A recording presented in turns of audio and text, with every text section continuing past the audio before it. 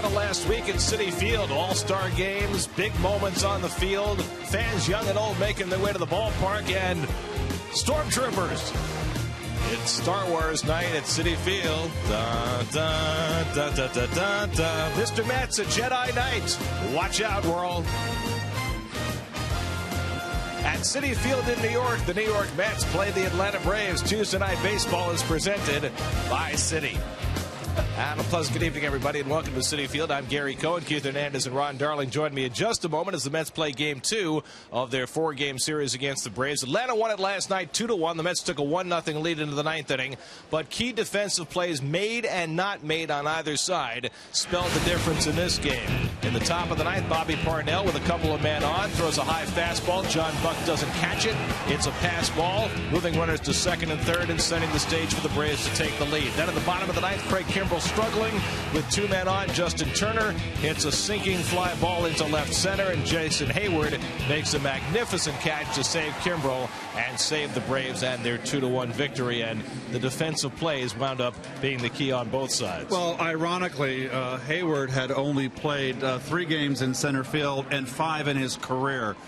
He made a spectacular catch, and this was a game right here. Okay, the Mets are 10 out, but, you know, it's a big swing. They could have gone to 9, a little momentum, a big win. Dylan G with a big performance pitching last night, and just to lose that way, you know, the good teams find a way to win. Hayward came out of nowhere, and that is as good a catch as it gets. And, of course, the other play, the pass ball, is something that rarely affects the outcome of a game. This time it did. Let's walk through that inning when you think about it. Brian McCann hits a ball through the vacated shortstop hole because you're playing the shift over to right field. And then the next batter, Evan Gattis, with a little blue pit. He still felt confident that Bobby Parnell could get through it. But then a pitch that both Parnell now and John Buck have said that maybe they crossed each other up. And watching the replay, honestly, it just looked like John didn't get his glove up in time to handle that 96-mile-an-hour fastball, and that really cost them at second and third. Once they got there, they could not get out of the inning, and Reed Johnson, of course, the biggest hit of the night. But they still had a chance before that Jason Hayward catch. For more on that play, let's check in downstairs with Kevin Burkhardt. Kevin? Yeah, there were a lot of factors of that play. Certainly, Craig Kimbrell is the guy that threw the pitch, Gary, and we showed the epic reaction. He just kind of stood there with his arms out. I asked him what phrase he muttered to himself. He said,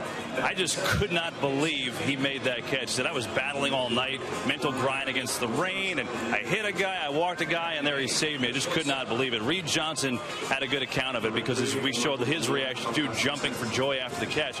He said, you know, at first when it was hit, I thought it was going to be an easier play, but then I realized that we were shaded against Justin Turner, so I knew that we both had a long way to go, especially Hayward. And as we got real close, about 4 steps away, it then finally hit me that, wait a second, I've got to try to shade behind him. If he misses it so it doesn't go all the way to the wall and we lose the game. Obviously, Hayward made the catch. Johnson told me, guys, I figured for me it was going to be a moment of tears. It turned out to be happy tears, but if Hayward missed it and we were tied and went to extra innings, had a rain delay, I would have probably cried for that too. Let's go back to you. And so the Mets will try and get even in the series tonight with Carlos Torres on the mound. Did such a great job out of the bullpen. Now tonight makes his second start. And they're going to take him to about 90 to 95 pitches here in his second start for the Mets. And on the other side, Chris Medlin, whom the Mets have never beaten. Well, 7 starts he's had against the Mets. His Braves team has won them all. Last year was a unbelievable. Everything went right for Medlin. Not so much this year. So it's the Mets and the Braves, game 2 of 4 here at Citi Field. All the action on Star Wars night coming your way right here on SNY.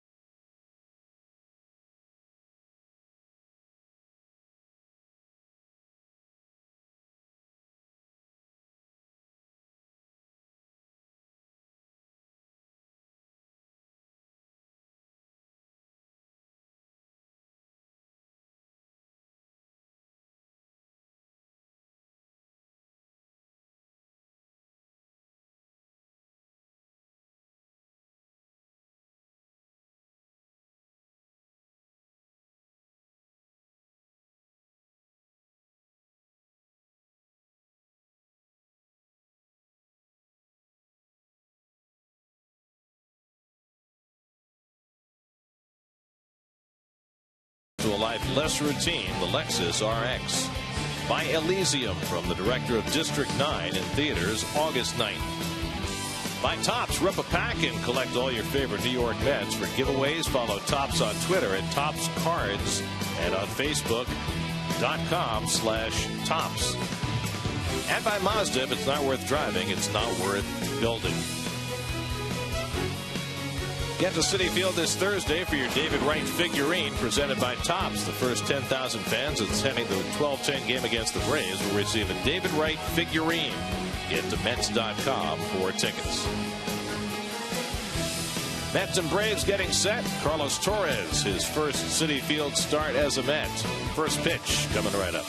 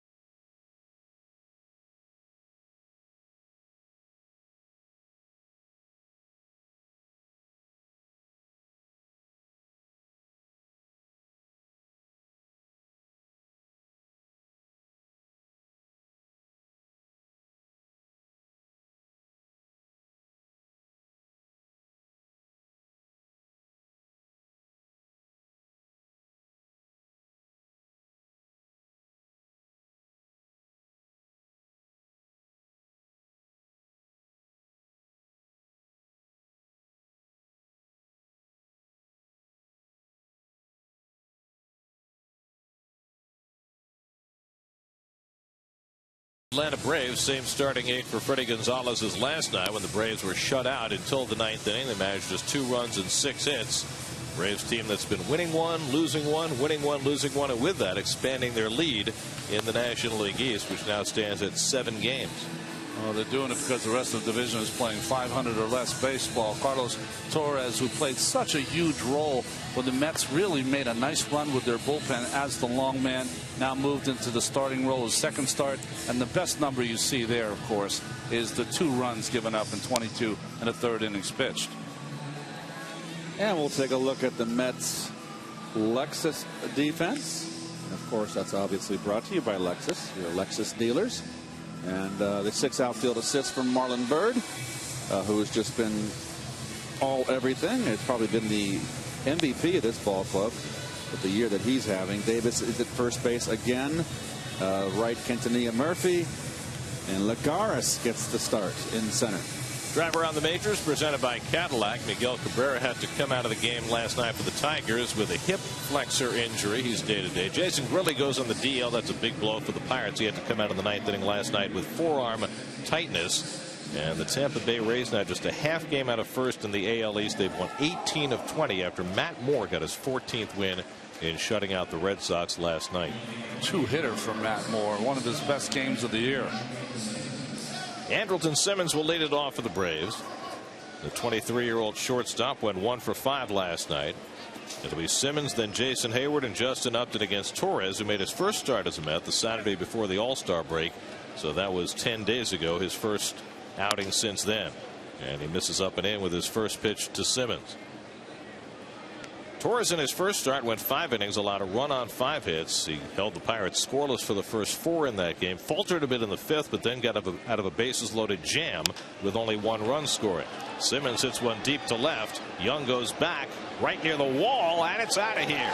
Andrelton Simmons has led off the game with his 10th home run of the season. On Torres' second pitch, Simmons goes deep. And for the second time in this homestand, the Mets are behind 1-0 after 1 batter. Jimmy Rollins hit a leadoff home run in the first game of the series against the Phillies on Friday night. And now Simmons has done the same. Well, hanging breaking ball here. Just a flat slider, belt high out over the middle, full extension, good balance. This kid's got some pop. The 10 home runs exemplify that. And that is no doubt that's a home run in the old stadium. Well, I thought that ball carried a little bit, maybe in this warm, humid weather. Torres gave up a home run in his only loss and 2 pitches to Franson. And Jason Hayward follows with a hard single to right field. So the Braves, who were unable to get a hit for the first 6 innings last night against Dylan G, have 2 hits from the first 2 batters tonight. Well, such a tough loss for the Mets, but on the flip side of the coin, this was a big win for the Braves to come back like that. Any 9th inning road victory is a big win, but also with Philadelphia losing and Washington, they just expand their lead. Now they got Washington are 8 games behind the Braves. Mets will be in D.C. to face the Nats over the weekend. Here's Justin Upton, 0 for 4 last night, and Torres starts him out with a cutter for a strike. You know, the Braves are very reliant on the home run. That's no secret. Simmons' home run was their 119th of the year. That leads the National League. And when they hit one, they usually win. Upton has 16 home runs, hit most of those early in the season. And the curveball from Torres had him out in front, 0-2. The home run by Simmons, the 3rd leadoff home run of his career. They've all come this year as Freddie Freeman waits on deck. And just the 2nd home run that Torres has allowed this year. The first one, remember, was a walk-off by Kevin Franson in Philadelphia. That cost Torres a loss. Slow ground ball. Who's going to play it? Quintanilla does, and the off-balance throw gets Upton by a stride. 1 away. Nice play by Quintanilla. Well, he's got no time here, and Upton runs well on the run. Nice little short hop for Ike to scoop nicely.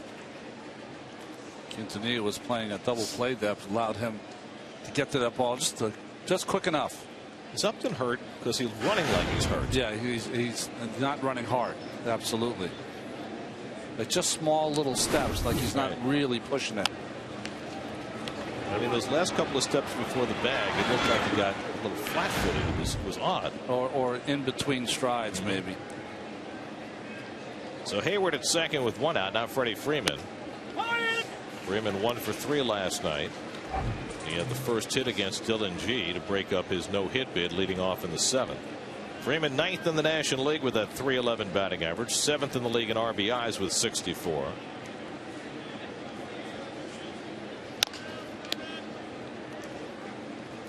Carlos Torres has that natural cut on his fastball. He's had to work hard to be able to throw a straight fastball, but it's made him very effective against left-hand hitters, getting that cutter in on their hands. Brian McCann waiting on deck.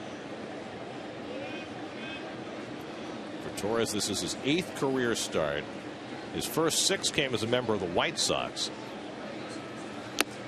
And he gets Freeman on 3 pitches for the 2nd out. First strikeout for Torres.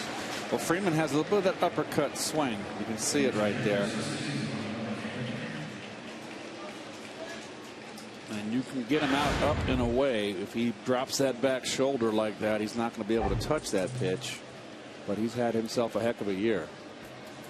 So now Brian McCann, 1 for 3 last night. McCann had the leadoff hit in the 9th inning for the Braves that set the stage for all that followed. And the Mets will keep Quintanilla on the left side of the bag this time. Remember, he was on the right side of the bag last night when McCann got that base hit.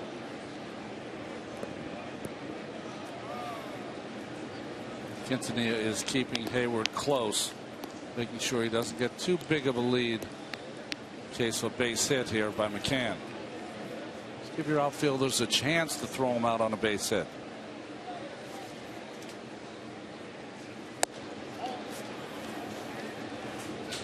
Remember, the Braves last night got a little loose defensively. That one, Eric Young stole 2 bases in the same at bat, stole second and third.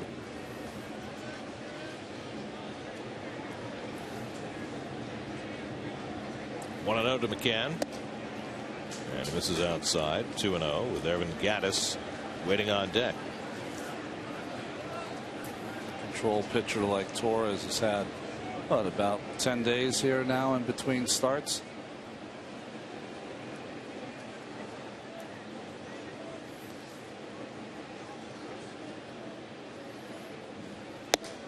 Interesting, before that last pitch, adjusting with the count, Quintanilla moves from the left side of the bag to the right side of the bag, figuring McCann more likely to pull on 2-0.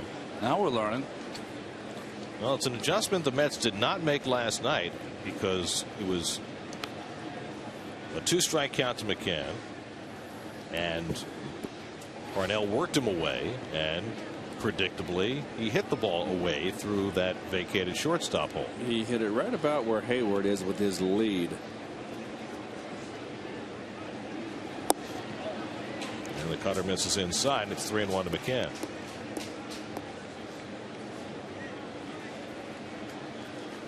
Torres, after making 7 starts for the White Sox over a 2-year span, worked exclusively out of the bullpen for Colorado last year, then went to Las Vegas for the Mets this year and did nothing but start.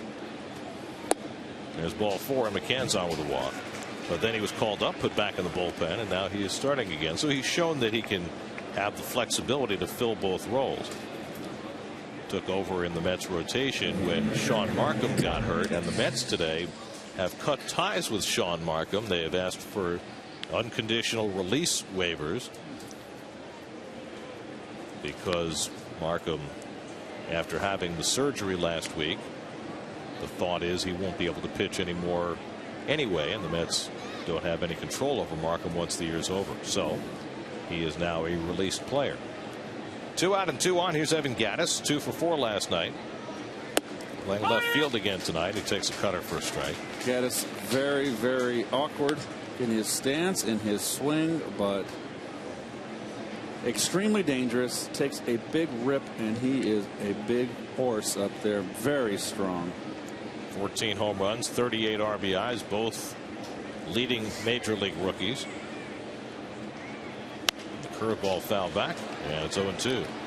Torres so far, and then, like I said, it might be because of the added rest, overthrowing a lot of balls in the middle of the plate, a lot of balls up.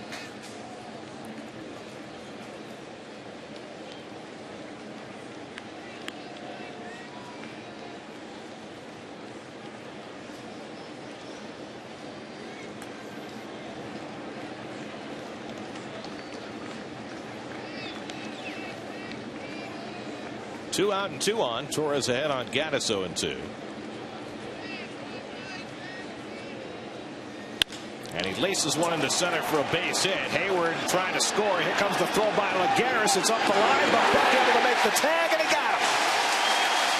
Ball hit so hard, and Lagares with a strong arm, not quite on line, but still Buck able to go get it and slap the tag on Hayward to prevent the run from scoring. Outfield assist for Lagares with a 1-hop throw. The Braves settle for 1 in the opening inning on Simmons' home run. Mets come to bat trailing 1-0.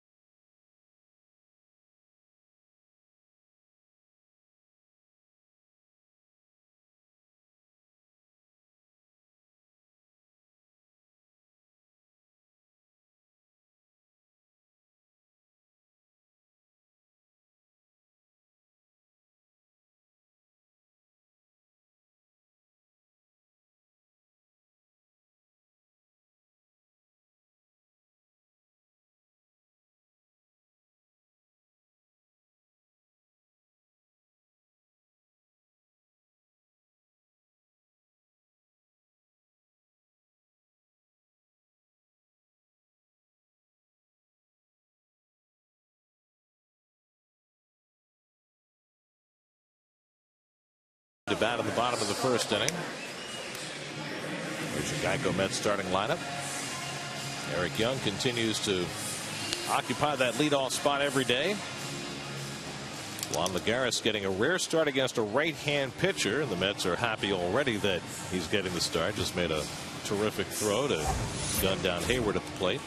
Well, Chris Medlin of the flat-billed cap had a tremendous season last year. He's only 6-9 this year, but look at that ERA, much better at 3.64 than that record. But he has struggled with his control, where he was almost perfect yet last year. Those numbers brought to you by Toyota. Young is just 1 for 14 on this homestand, but he got on base a couple of times last night, stole a couple of bases, so things continue to go well for Young at the top of the batting order. Young, Murphy, and Wright for the Mets against Medlin. His last 2 starts before the All-Star break were a little troubling. He lasted just 4 innings his last time out against the Reds, gave up 4 runs and 9 hits. Young takes a fastball for a strike. He's not a hard thrower, Medlin. AC88 right there, a little sink on that. He's a comfortable guy. Always wears the flat bill. Never liked that look, but that doesn't matter what I think. Yes, it does. Last year, Medlin spent the early portion of the season in the bullpen. They moved him to the rotation at the end of July, and he became a phenomenon. Went 9-0 the rest of the way in 12 starts, leading the Braves into the postseason. Got beat against the Cardinals in that extra game. Braves made 3 errors in that ball game. Chipper a couple of them. But the Mets have never really figured Medlin out. He's already had a couple of starts against them this year, a win and a no decision. He's making his 8th career start against the Mets, and he's never lost to them. And he misses with a curveball to Young, 2-2. It reminds me a little bit of their Dylan G. I think he has, on his best days, better fastball command than Dylan. Dylan probably has a better changeup, but 4-pitch pitcher is Medlin. And he strikes out Young with a changeup for the first out. Well, in that back, Chief, he saw a sinker away, saw a curveball in, fastball up, and changeup down.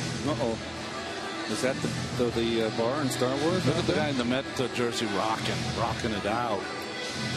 That's a Met jersey of little note. Yeah, right. The script. That script, Road, New York.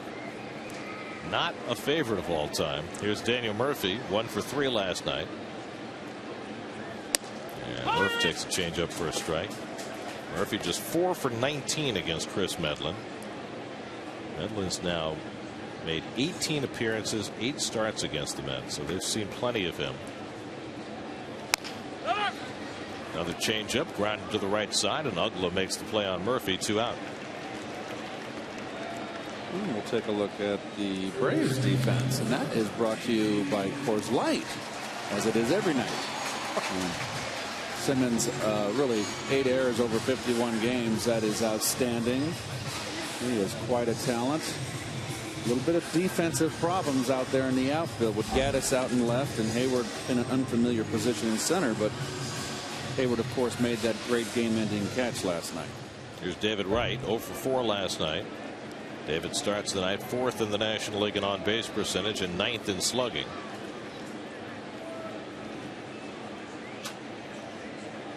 Well, we talked early in the game last night about the Braves outfield defense. Everybody out there playing out of position. Gaddis made a bad play on Ike Davis's double. Upton made a bad play on Marlon Byrd's triple. But Hayward made 2 terrific plays, including one against Wright. He'll get a chance for another and makes the catch on the line drive to end the inning.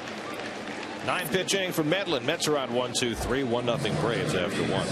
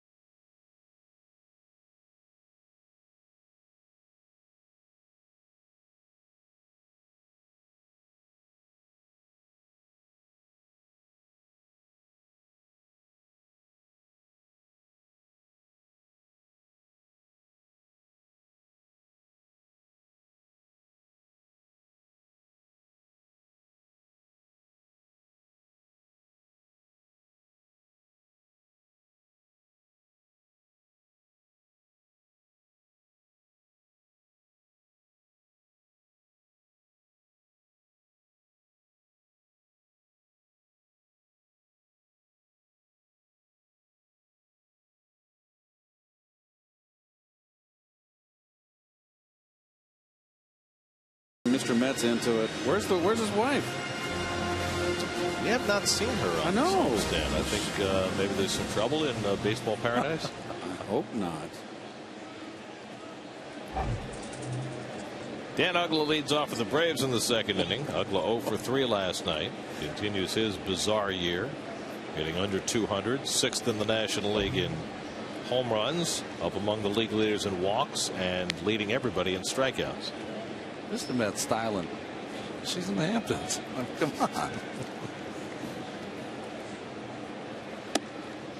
So if I was, they talked about Uggla trying to change him to go to right field. You know what I would do with Uggla is just tell him to get on top of the plate, 1 inch on top of the plate, and hit like Frank Robinson did, and then therefore you can just cover the outside corner with the barrel of your bat and look in every now and again, just be a dead pull hitter.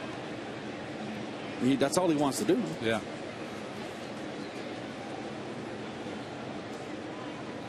And Torres drills him. Uggla's aboard, leading off in the second.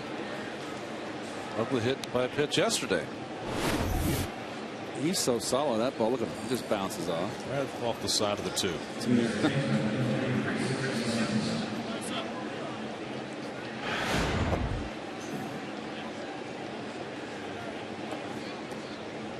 So the Braves have a leadoff base runner for the second straight inning. Now Chris Johnson. Johnson went 0 for 4 last night, but drove in the tying run with the 9th inning ground out. It's been a good year for Johnson, hitting at .328.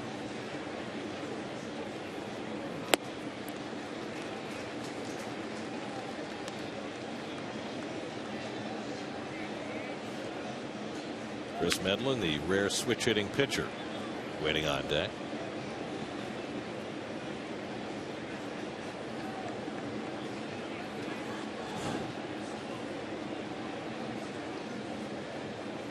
And Johnson lifts one to right center. Long run back for Lagares deep in the gap, and he can't get there, and it hops over the wall for a ground rule double. Ball kept working its way away from Lagares, and Chris Johnson winds up with a long double, and Braves have second and third, nobody out. Well, the Mets are fortunate here. Lagares, I think, just almost maybe thought it was a little bit deeper. He picks up the wall here and just kind of didn't. Oh, he wasn't going to get there. Tough play. But no, you're right, Keith. He was running to a spot that he thought was going to be deeper, and then when he had to come back for it a little, he had too much speed going. And the Mets are fortunate there. That ball went out of play because that had triple written all over it in a run. So 2 in scoring position for Chris Medlin, who's had a good year with the bat. 7 hits, a home run, 2 RBIs. He's even stolen a base this year. It's at the infield, in at the corner, and halfway at second and short. Interesting. Oh, that's a hanger right here. And Torres right now has really made a couple, more than a few fat pitches. It's a tough spot for him. He hasn't pitched in a while. He's been thrown into the rotation.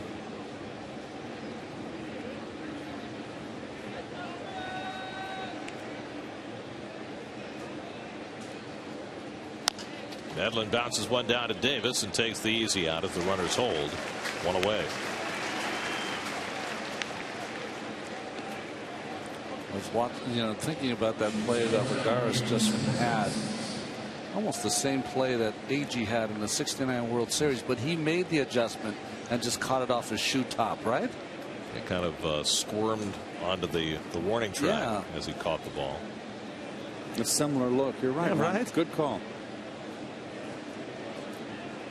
Well, let's see what Torres can do here to limit the damage. Let's play the infield back here and concede a run on a grounder. Simmons hit a home run leading off the game. See, that's too big a swing right there. His kid really lets it rip, and you want to be a little more controlled now in RBI situation. And that's coming out of your shoes to swing at that pitch. Simmons' home run was his 10th of the year. And the curveball lifted to shallow left. On comes Young. Tagging at third is Uggla. And as Young makes the catch, Uggla will merely fake down the line. Not hit deep enough. And so Torres now has 2 out.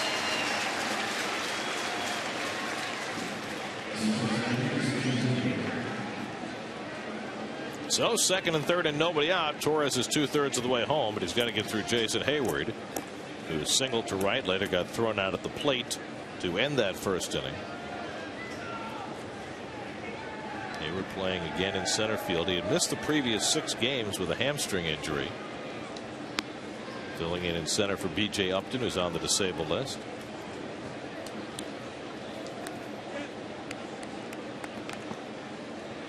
The policemen's outfits, those aren't Star Wars characters, are they? There's no NYPD in Star Wars. Yeah, the security at the Star Wars bar.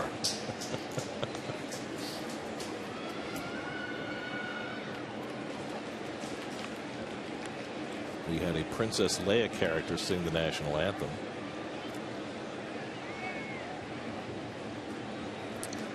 All in. Cutter for a strike to Hayward, 1-1. Well, they have Star Wars night now every year here in the ballpark, but there was only one edition of the Mercury Mets. Yeah, right. One and done. Long drive left field. Back goes Young onto the warning track. Has room near the wall. Side retired. Hayward makes a bid. Comes up shy. Torres works out of a second and third nobody out jam to keep the Braves from adding to their lead.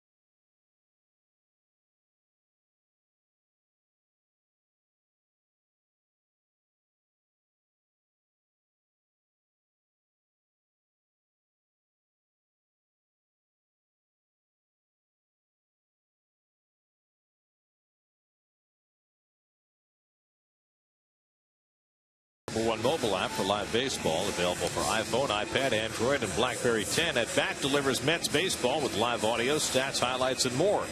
Text At Bat to 31826 or visit Mets.com for details. Here are your city probables. The remaining games in this series. Jeremy Hefner tries to bounce back tomorrow night against Tim Hudson, and then Zach Wheeler Thursday afternoon against Alex Wood.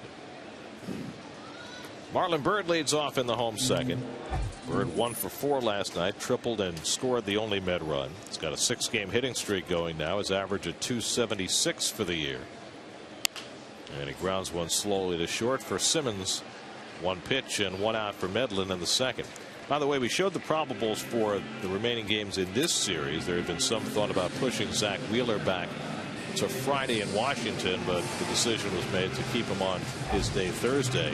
So in the day-night doubleheader Friday, the Mets are going to need an extra starter, and they've decided to call up Henry Mejia to pitch the day game against the Nationals on Friday. His last start in the minor leagues, he struck out 8, so he's primed and ready to go.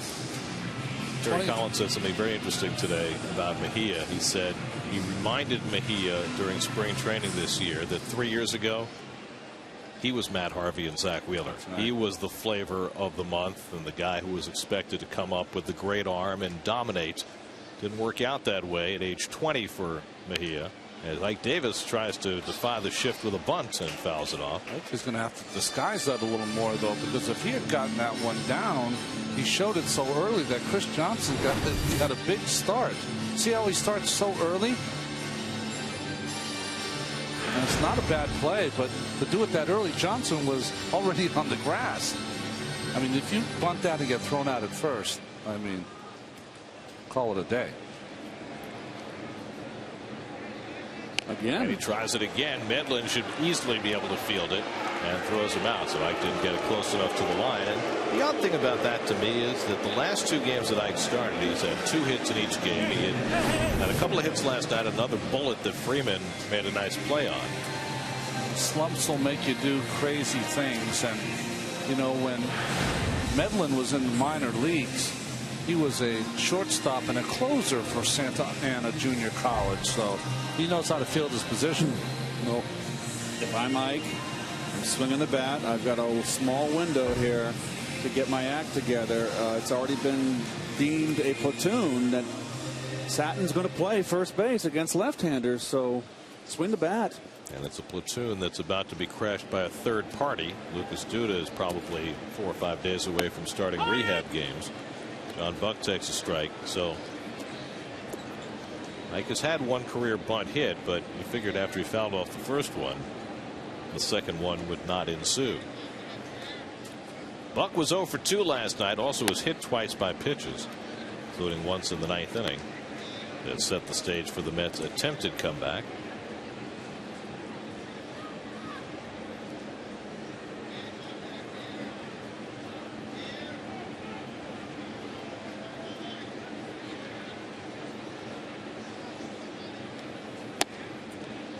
Edwin's had a very interesting game plan here in his first 15 pitches. He is throwing lots of breaking balls. No fastballs. Not many fastballs anyway. Oh, there's the bad guy. James Earl Jones.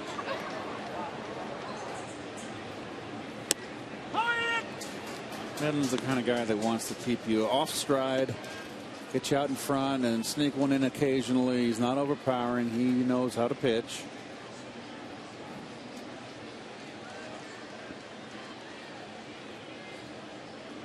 Two and 2 to Buck with 2 out. And John takes a slider away, 3-2. We were talking about Henry Mejia and the fact that he was brought up as a 20-year-old to work out of the bullpen. Kind of ill-used in terms of the way that his big league career started. Then he had the Tommy John surgery 2 years ago, and he's been working back ever since. Bounced slowly to shortstop, and Simmons in front of it. Throws out Buck, and so Mejia will get a chance to show his wares down at Nationals Park in D.C. on Friday afternoon. Mets are on 1-2-3 in the second. After 2, 1-0 Braves.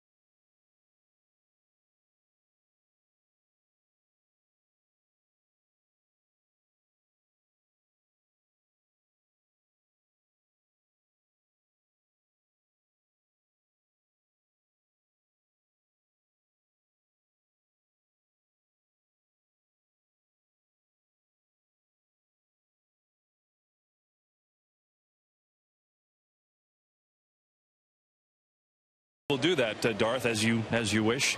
Tracy is here from Connecticut, and Tracy, you are a diehard Mets fan. I see you over the stadium all the time. What do you have for the guys today?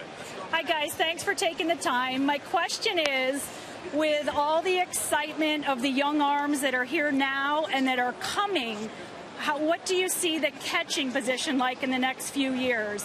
Are you going to go with the youth of Travis d'Arnaud, or are you looking for a veteran presence to help with the young pitching staff? At least someone is mature and composed during that report, guys. By the way, first, Kevin, I think Darth is trying to tell you that he is your father. He even has the breathing sound. I don't know if you could hear this. It's not going to pick up on the mic, but he's got the whole breathing sound and everything. It's quite scary. Well, first, Tracy, great question, and we can tell that you're really a fan. You know the team very well. I think that the Mets are hoping that Travis d'Arnaud, who's had injuries last year with his knee, this year, of course, he broke his foot, is just starting. He's just been cleared today, in fact, to play minor league games. They hope he's the real deal. Kevin Plawecki, who's in the minor leagues, has had a real fine year. He's the young kid from Purdue who's really moving up the depth charts. So they're hoping that those two guys are the real deal. And if they can, youth be served. Justin Upton takes outside 1-2. I concur with Ron. I think that this team right now, you're looking for the future of this ball club. And if d'Arnaud, remember, d'Arnaud was the big guy in that trade with Dickey, and he comes with a big resume. He just hasn't been able to stay healthy. So my feeling is, and what we saw with d'Arnaud, Gary, in spring was d'Arnaud is very hands-on with the pitching staff. He's very bright, learns his pitchers. So I think that I'm going to put my chips with d'Arnaud. Curveball misses to Upton, 3-2. Here's my question. Assuming that d'Arnaud comes up and is the real deal, Plawecki is more of an offensive catcher at this point. He's hitting well over 300 in the minors, but he's still down in St. Lucie, so he's got a little ways to go. As Upton goes down on strikes, second strikeout for Torres. But let's say Plawecki is ready in a year or two. Would you rather have a veteran backup to a guy like d'Arnaud, or would you roll the dice with two young catchers at the same time? To me, it depends on the veteran. There are some veterans, Gary, that you get a lot of lip service about how great they are and helping the younger catcher. I've seen a lot of veteran catchers who do not help the young catchers, and in fact do a lot of clubhouse luring behind his back to try to get in that lineup. So it depends on the veteran. If he's that guy who wants to play once a week and help mold a young person, that would be great. But moving forward with this team, I want to see the youth. Well, that concludes our Ask the Booth segment, which was presented by Verizon. It took a couple outs to get that through there, so we were very thorough. Quintanilla positioned perfectly against Freeman, and that's the second out. I just hope that in the future Kevin can find fans who are as articulate and well reasoned as Tracy. That was fantastic. Well, it's obvious she's a Met fan. Usually Kevin's got guys out there that are trying to take his mic. You know, spill a beer on him. They're slapping his back. You know,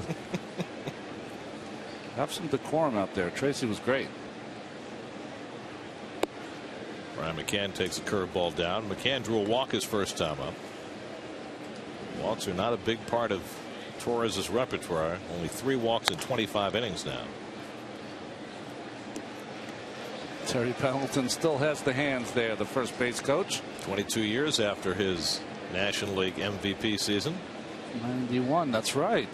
1991, Terry Pendleton helped the Braves go from last to first. He could pick it at third base. Also hit one of the most devastating home runs against the Mets ever in 1987 as a Cardinal. That was off Roger, wasn't it? Yep. Extra inning game. Dead center field. It was 4-1 at the time. We were winning, and a 3-run home run tie game. Hang with him. That was a tough lineup for Roger because there was a lot of switch hitters, a lot of left-hand hitters, and a lot of line drive hitters that went up the middle. So Roger's sinker. A lot of low ball hitters. Yep. So it was a tough mark for Raj. So being on the same coaching staff, how many times a day do you think Pendleton reminds him? That was the series that the Cardinals came in, remember, and they had lost. They were like in a tailspin. Is that the series you hurt your thumb? Down the left field line, and that's a fair ball going to the corner. McCann heads for second, and he's in standing with a 2-out double. Well, McCann, the Mets have put this shift on, and McCann has said, okay, I'm going to go that way. That's the McCann of old. Well, I don't know what reports they were getting, but everyone I talked to about McCann, and because of his average, I was saying, why is his average so high again? They said he looks like he was 5-6 years ago. He is hitting the ball the other way. Well, the Mets need to make that adjustment. 5 hits now off Torres, a 2-out double for McCann, and now Evan Gattis, who hit a bullet single to center field his first time up. Hit it a little too hard for his own good, though, because Lagares was able to scoop it up and easily throw out Hayward at the plate trying to score from second base. A funny swinger, boy. But boy, does that ball explode off his bat. He's really just a short swing. Hardly any take back. It's just something you would not want to emulate. I think you have to be awfully strong to be a tall, big man and sit in a crouch like that. You wouldn't want to meet him in a dark alley either.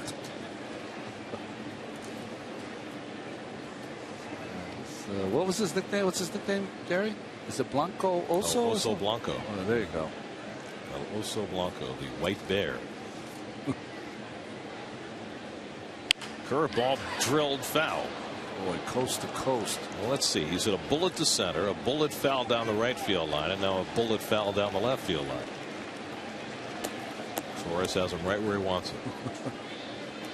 Well, the one thing the Mets learned in the first series, and I can't forget down in Atlanta, ball head high is a good pitch, fastball, and bounce to curveball. He will swing at it, but it's got to be in the dirt. I think Bobby wanted to do that last night, just kept it up in the strike zone too much. But if you bounce a breaking ball, he'll go after it. Giannis was able to bloop a single to right against Parnell behind in the count. Got it with a high fastball. Nice job by Torres. Third strikeout as he gets Gattis swinging upstairs. Don't forget the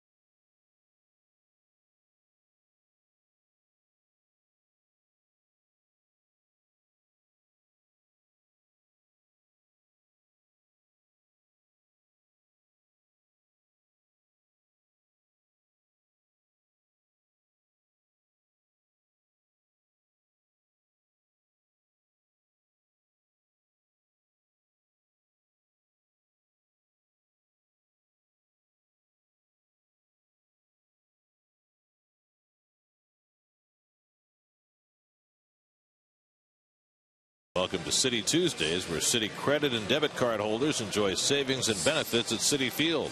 Learn more at Mets.com/City Tuesdays.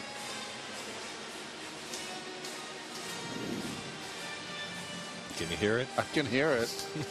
I heard it in the open with you, and now I'm hearing it again.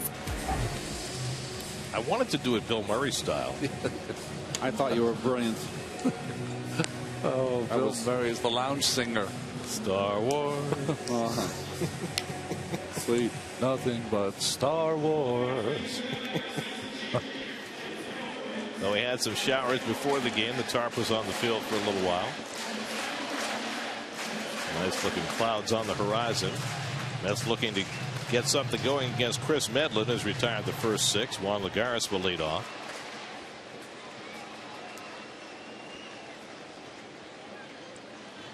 Lagares came off the bench last night, went 0 for 2, but he's 7 for 12 on this homestand.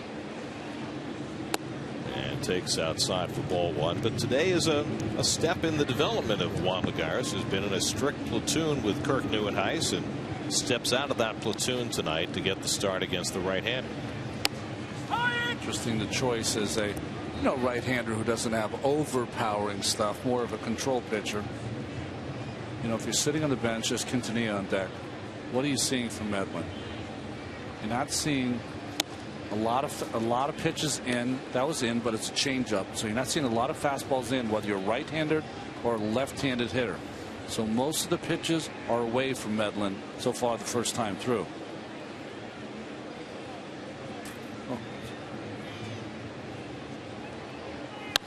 Hit sharply right over the bag. A base hit for Lagares off the jutting stands as he heads for second.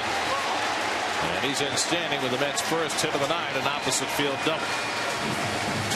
That's already the 13th double for Lagares, who's only had 154 at bats. That fastball, look how he stays level. He was set up away.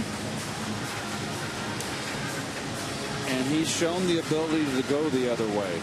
That one is just inside the bag. Nicely done, Juan. The more and more I see of this young man, the more and more I like him.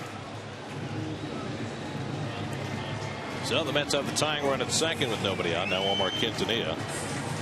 Quintanilla 0 for 3 last night, but he had himself a monumental at bat against Craig Kimbrell in the 9th inning yesterday.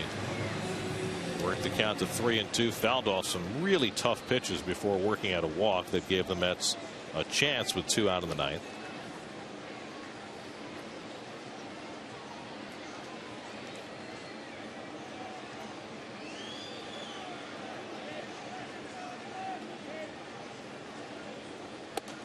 I asked Omar about that at bat before the game today, and he said with Kimbrell, all he was doing was looking for fastballs and adjusting to the slider, and he fouled off one slider in particular that looked like it was going to hit him in the knee.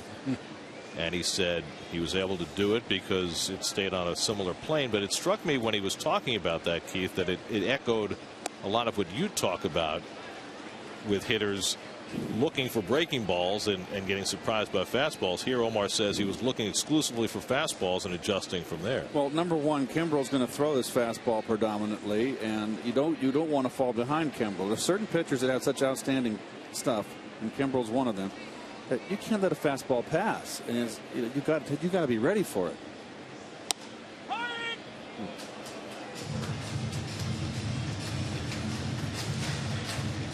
So I think it would be quite foolish to go up against Kimbrell and look for a curveball.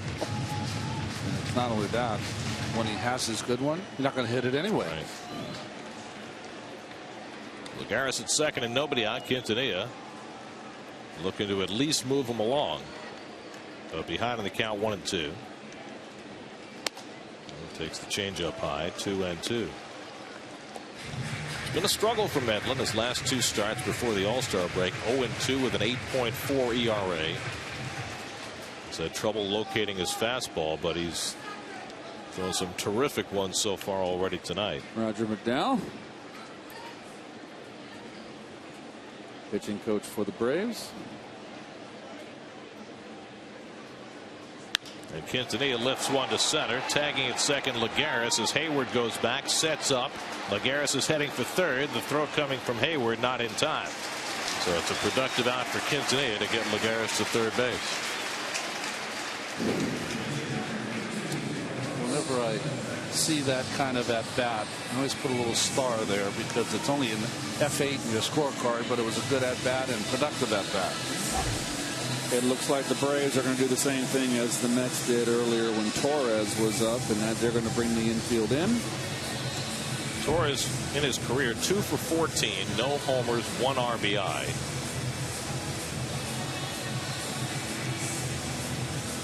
A long conversation there with Tim Tuffle. With Terry Collins been thinking about a squeeze play this early in the game? It's a possibility. Why not? Not a great hitter, Torres, and a relief pitcher doesn't hit too much. So the question is, do you know enough about him as a bunter to be able to rely on him to make some contact? I don't like a squeeze here. You've got Young up next with 2 outs. Could get a 2-out knock. You're just hoping that Torres can get lucky here. Infield in with 1 out, and Torres hits it through the hole, a base hit.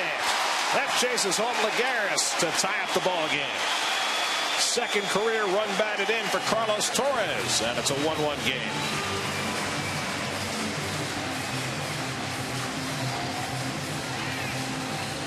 First bat fastball from Medlin. Right down the middle, working its way in. Nice job.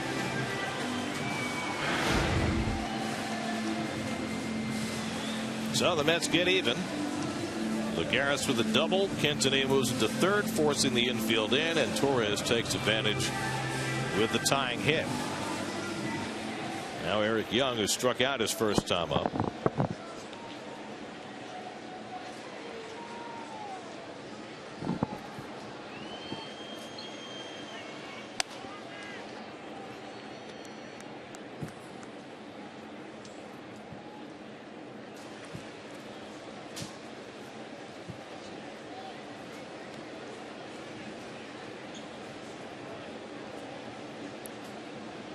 Raymond playing in front of Torres, figuring he's not going anywhere.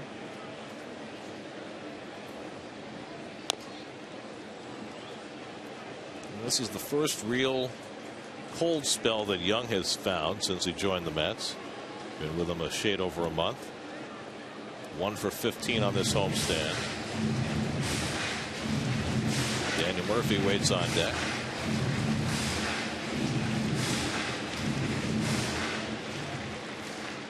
Big opportunity in Eric Young's career. Never really had a chance to be an everyday player in Colorado. It's a big opportunity for him, no question. And it's also a big opportunity for the Mets to try and figure out whether this is a guy who can be their long-term answer as a leadoff hitter, something they have sorely lacked since Jose Reyes left.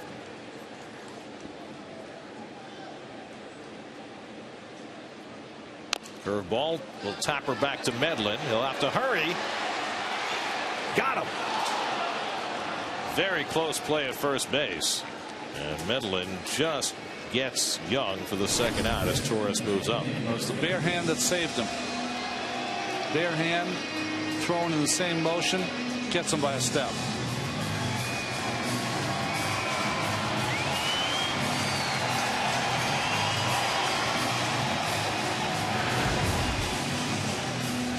So 2 out, a runner in scoring position for Daniel Murphy. By the way, that RBI for Carlos Torres, the 9th by a Met pitcher this year. He had 14 last year, so they're on pretty much the same pace. It was 2 years ago that the Met pitchers really struggled with the bat. First pitch changeup to Murphy. That's all he saw in his first at bat was changeups from Medlin. Grounded out to second base.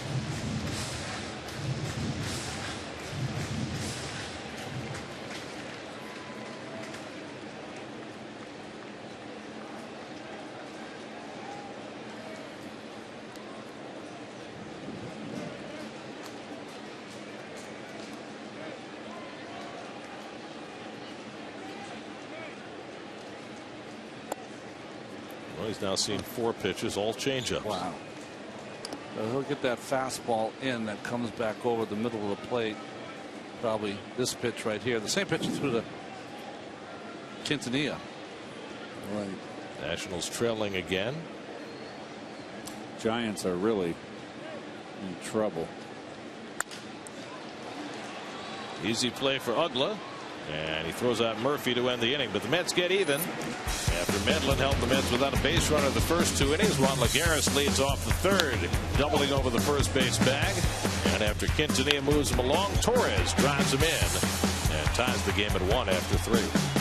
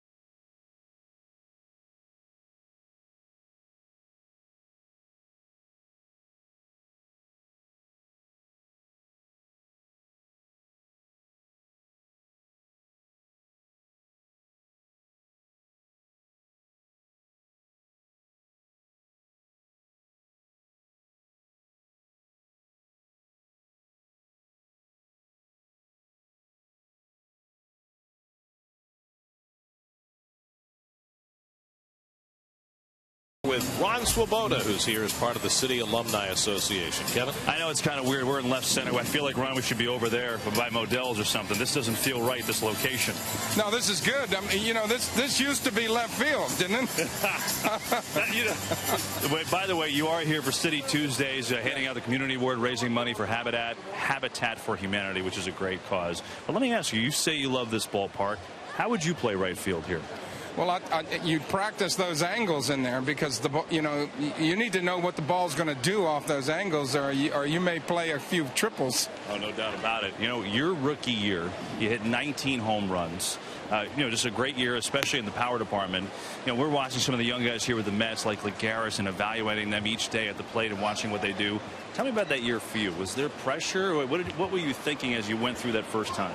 Well, you know what? I hit 15 the first half of that year before they found out that sliders were not something that I enjoyed.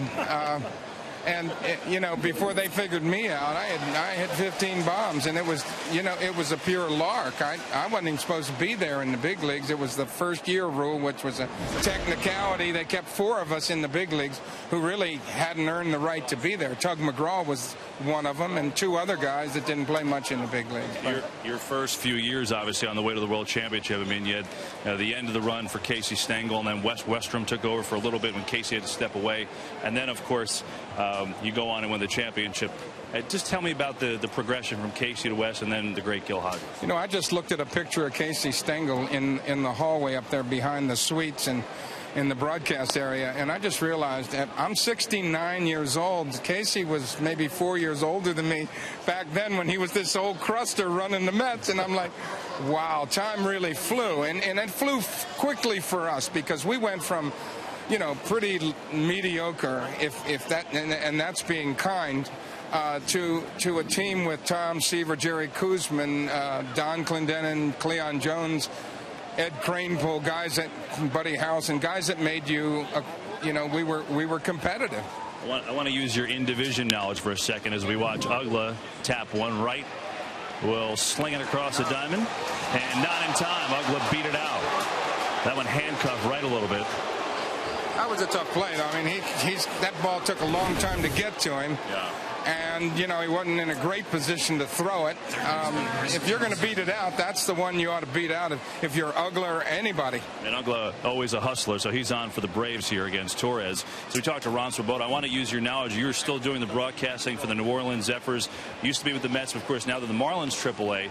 So the Marlins have had all these young guys. Ozuna, they just called up Yelich and Marisnik. Yes. Give the Mets fans an idea of what they're going to see here next week when they travel to Miami with these kids. Well, I know the Met fans hope they see the Mets win a few. The Marlins have played pretty good. Yeah. If they could play the Mets and the Nats, the Marlins would be in contention, but they're not that good. They're in a big hurry, it seems, to get these young guys to the big leagues. Yelich, Marisnik, a center fielder, neither of them have played AAA baseball. The Marlins organization seems to think you can bounce those guys up to the big leagues and everything is fine. Now Ozuna's going back. I hope he came our way. I mean, I hope they send him back down to AAA, because he needs a little bit of AAA. I believe in AAA as the next step for the big leagues. Why? What does that give you that AA doesn't? Or what do you need before you make the jump that you think it's important? You're going to find more pitchers that'll throw you their secondary stuff, breaking stuff when they want to. You're going to see more of that in an environment where you've got time to work on it and think about it, rather than trying to, it's nice when you come up to the big leagues like me. I came up and I was rocking and rolling. Stanton comes up, he's rocking and rolling. Ozuna is rocking and rolling. They figure you out a little bit, and now you don't have any game to fall back on. You don't have enough background in your own ability and how to work your way out of problems, because you don't understand enough about it and what they're trying to do to you. Well, we will see them shortly. Meanwhile, pop up for Chris Johnson. He's retired. Ron, great seeing you as always. Always a pleasure, Kevin. Ron Swoboda, guys, back upstairs. Take it away. Ron Swoboda, who will always have a place in Met fans' hearts, not only because he made that great catch in Game 5 of the World Series in 1969, as Medlin tries to get the bunt down, but also because he was the first real star that the Mets thought they had developed. A position player star. He came up, hit 19 home runs as a 21-year-old in 1965, and never blossomed into the great power hitter that the fans and that the Mets hoped that he would be, but was such an integral part of the organization for 7 years before he moved on, and as a key member of those 69 Mets, he has a special place. He really does, and also because he's just a terrific guy. Well, let me ask you a question, because you are a Mets fan. You grew up a Mets fan. In '69, did he platoon with Art Shamsky? Well, he was one of 5 platoons for Gil Hodges that year. I mean, Gil platooned everywhere. You saw those numbers, 9 and 52, 9 home runs and 52 RBIs. Art Shamsky had 15 and 47, so that's 23 and 99 in right field. That's more than adequate. That's why they won.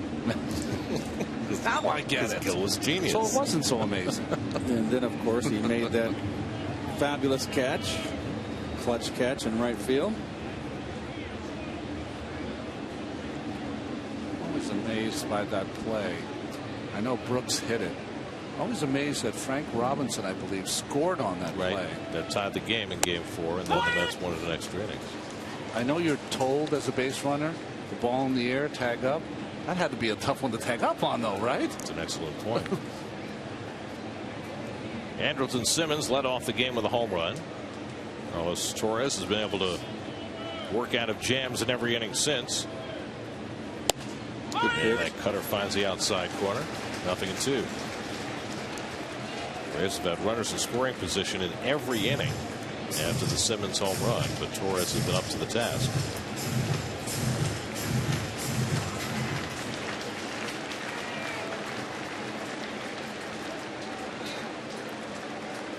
Ugla at second with 2 out, and Simmons just got a piece of that off-speed pitch.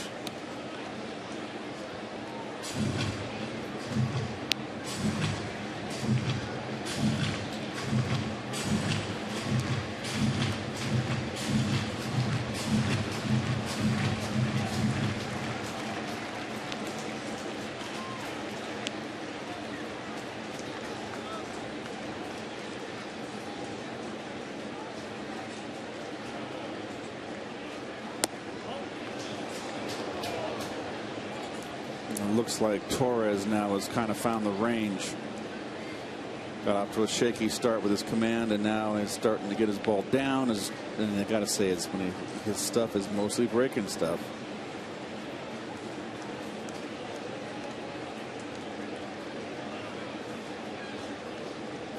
Now the 1-2. It's interesting, that shot we had of Carlos. In between every pitch, he goes through a little checklist of little things he's thinking about. You can see almost his lips moving. Wording are those things that he's trying to make sure he does before he delivers every pitch.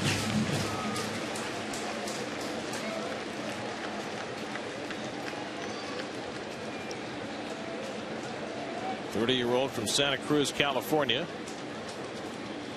has a 2-2 count on Simmons. Just missed. Paul Schreiber, the home plate umpire, must have deemed this inside. That's a good pitch right there, right to the glove. Might have broke around the plate. Let's see. You're right, Keith. It missed, just missed. If it had the corner, he had him for a strikeout called. Now the 3-2, and the curveball drilled deep left field, down the line, back toward the corner goes Young, and it's a foul ball out of play. Simmons barely missing his second home run of the night. It would have been if it was fair, it would have been a home run. You're right. Quite an effort by Eric Young, trying to climb the wall in the corner.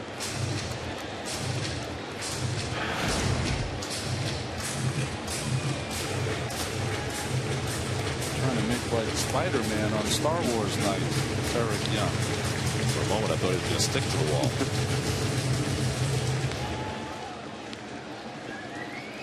So Torres threw him a 3-2 curveball. See what he does here on the 8th pitch of the at bat to Simmons. Throws him the cutter and he fouls it off.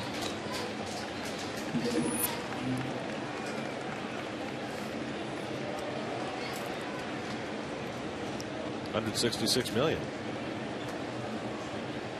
Oh, geez. What's the number where you got to go? That's it. Big enough for me. I don't know what your number is. No, we can take it back to the hacienda and say goodbye. Yeah, but they'd miss you, Keith.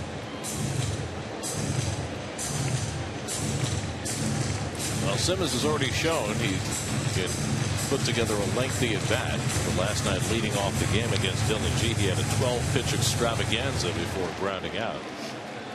Torres about to throw his 10th pitch of this at bat to the Braves shortstop. And he missed with the curveball, and Simmons is on with a walk. Second walk given up by Torres. And on a night when Terry Collins figures he's not going to get more than 90 or 95 pitches out of Torres, that long turn at bat and the ensuing walk put a crimp in Torres' ability to go deep into the game. Well, I always think this, Gary, if you're taking a guy out of the bullpen and his first, second, or third start, you get 5 quality innings, that to me is fine. I don't know how you could expect much more than that. You know, it's going to be interesting going forward. We mentioned earlier that the Mets are calling up Henry Mejia to make the start Friday afternoon.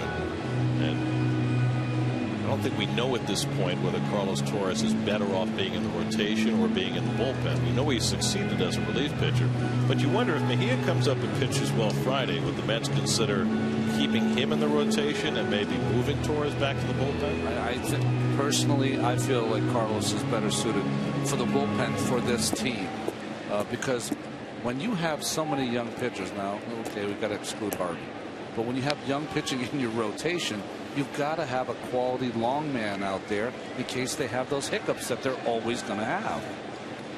Here's Hayward with 2 out and 2 on. He's hit the ball well twice tonight. And he takes a changeup up and away. Hayward drilled a single to right in the first inning, and then hit a fly ball to the warning track in left in the second. This is a tough mark here for Torres. He's got that cutter, the ball down. Hayward's a low ball hitter.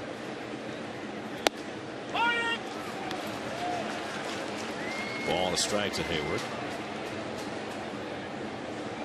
The Braves have had plenty of base runners, 6 hits, 2 walks, a hit batsman. That's 9 base runners against Torres, but so far Carlos has limited them to just the 1 run. He's done his best work with men on base.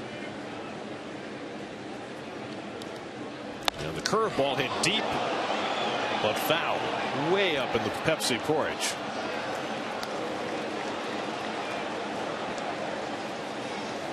That's just a long strike there. I tell you, I've been That's out what there. Torres is trying to tell himself. I tell you, I've been out there, but it'll get your attention. That is. You know what you do if you're a pitcher there? All right, the curveball will not be thrown again this at bat.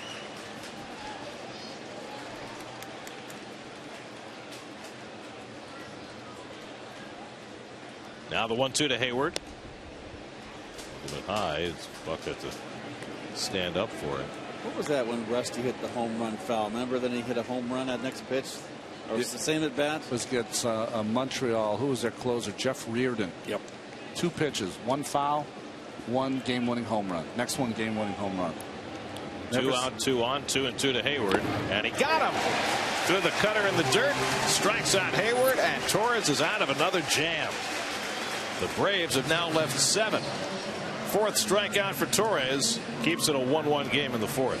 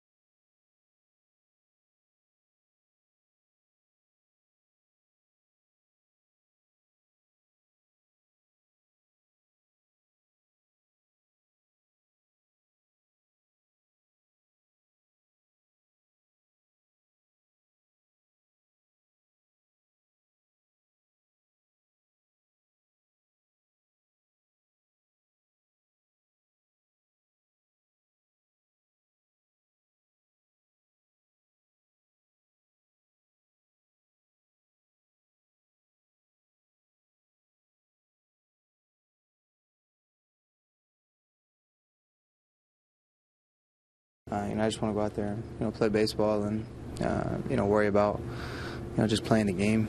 It's as I mentioned before, there's no good that comes out of this, except for it shows that guys are going to be punished to the fullest extent. If you get caught. So hopefully this serves as a warning to anybody thinking about doing something like that. Well, there certainly will be more suspensions and more warnings coming after the suspension announced for Ryan Braun yesterday. But I think it's interesting listening to David. What it brings to mind is that there's been an evolution of thinking among the players and their union over the last decade or so about performance enhancing drugs and penalties and testing. I mean, there was a time when Don Fehr ran the union that the players were completely against testing at all, and the inclination was to protect the cheaters. And I think that has gone 180 degrees in the other way now. As Wright drills one, and Simmons able to pick it on a hop. 1 out. Yeah, it's gone from a negotiating tool to, if you listen to a lot of the comments, David's there were well said. Skip Schumacher, his comments were very angry that Braun should have to give the MVP to Matt Kemp. There was a large array of comments, but most of the comments were that if you cheat, get away. Just serve your punishment. There's a lot of us here that aren't cheating, and we're sick of the people cheating. And they're sick of, honestly, talking about the people that are cheating. It was interesting in Milwaukee that Braun got to the ballpark. He left at 3 o'clock, which left the onus of talking to the media to his teammates, right, which is about as chicken you-know-what as you can get. But, you know, Bud Selig is president of MLB, you know, he's the head of all the teams, but his team is the Milwaukee Brewers. And to catch the MVP of the Milwaukee Brewers, to me, says that it doesn't matter who you are. If you cheat, you got the evidence, you're going down.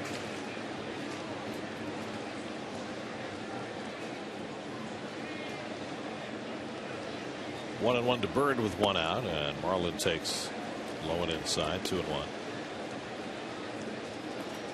What's going to be fascinating to watch over the coming days and weeks is whether the fact that Braun negotiated this suspension, which, you know, you can argue whether it was too little, too much, whether he was self-serving and taking it as he did because of the circumstances with his contract and that Brewers having a bad year, all that. But whether it goads the other players who've been implicated in the biogenesis situation to go and try and cop deals of their own. Hey, we live in New York. He flipped, so it's going to be interesting to see what the other guys did. 3-2 to Bird. And of course, all eyes are on Alex Rodriguez, but there are a lot of other people involved in this. I mean, I think A-Rod is in some ways a different case than the other couple of dozen guys who might be involved, including the Mets' Cesar Puello, who was on that list. Not in the major leagues, but on the 40-man roster, and so subject to the same penalties as the major leaguers are. 3-2 to Bird, and that's up and in, ball 4. The Mets have a 1-out base runner. First walk given up by Chris Medlin. There's some Toyota tweets of the game. This one coming from Johnny Bench. And from Mark Mulder.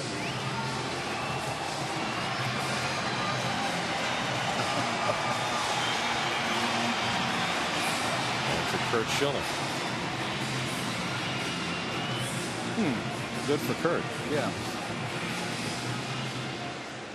1 out and 1 on for Ike Davis, who tried to bunt his way on his first time up and was thrown out by Medlin. He'll be swinging the bat here. And he takes a strike with the changeup.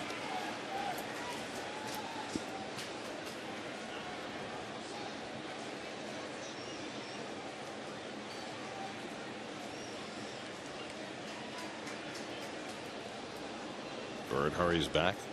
Marlin has just 1 stolen base this year.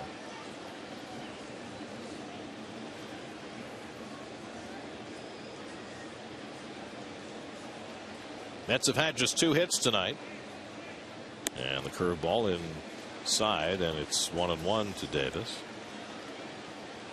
Remember, I got that RBI single on a first pitch fastball, so Medlin here with that hole open between first and second leads him off changeup curve.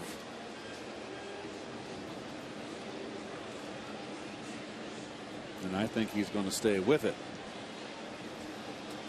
Use the fastball for show. Try to get Ike out on breaking pitches. This is always the big pitch. The 1-1 count is always the big pitch. And the curveball in for a strike. 1-2. I thought that ball was up. So did Ike. What do you think, Keith? It's borderline. Yeah. But see, he's already out in front. He couldn't hit this pitch if it was a strike. He's already committed. Too quick. He couldn't have hit it. So you got to hope. I'm in a slump and I'm not feeling great. I hope it's a ball.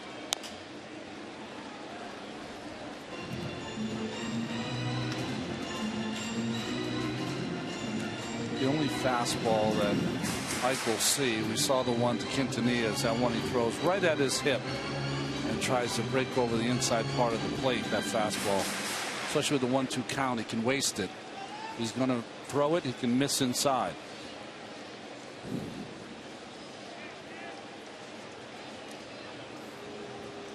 Medlin wasting throws to first base. Bird's not going anywhere. Marlin hasn't had this much attention paid to him all year at first base.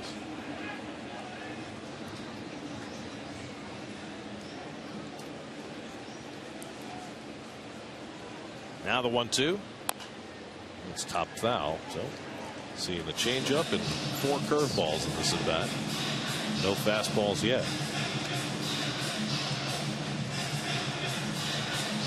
You could throw him a fastball right now up out of the strike zone high. See if he'd chase. Go up the ladder out of the strike zone though. And they're going to stay with the breaking stuff. Will it be one too many? This is with it away, and it's 2-2. At what point, Ronnie, you have to stop throwing curveball after curveball? Well, we've seen this with Tommy Hansen against Ike before, where he kept throwing breaking ball after breaking ball, and he hung one. At one point, you're going to hang one. Went to the changeup now, though. And he got him. Second strikeout for Medlin, so he never saw a fastball. 7 pitches in the at bat, 2 changeups and 5 curveballs. How many hitters batting 175 coming into the game are going to be pitched like that? Well, not many. Well, what does that tell you? It tells you see the grip, you know, that circle change. If you're in the Braves organization with all the great pitchers they've had, you're going to know that pitch. But what it tells you is that Ike can be pitched one way and you can stay that way, and it's hard for him to make the adjustment. He's out in front, Gare. He's still out in front, as if it's April and May all over again. Here's Buck, who grounded to short his first time, and Medlin throws the fastball by him. Does it also, in some respect, though, tell you that people still respect Ike? No, you have to respect his power. I mean, I don't care what he's batting. It's the same as Dan Uggla. Dan Uggla's batting below 200. But I'll tell you, you never divert your attention from Dan Uggla when he's at the plate. You give him full respect. Well, I think that is the same with Ike because of his 32 home runs last year. You know, we talk about Recker's home runs and Buck's home runs, how the catchers have done so well. But really, they've just have hit home runs, have replaced the home runs that Ike has not hit. So I would think if you're a pitcher, Garrett, and Ron, correct me, you try to throw a fastball by him and get cued, and you get hurt. Yeah. So, you know, if he's going to continue to be out in front, just go to the well, keep going to that well. Now, hitters can make an adjustment, but Ike has yet to show it, as Ronnie made perfectly clear earlier.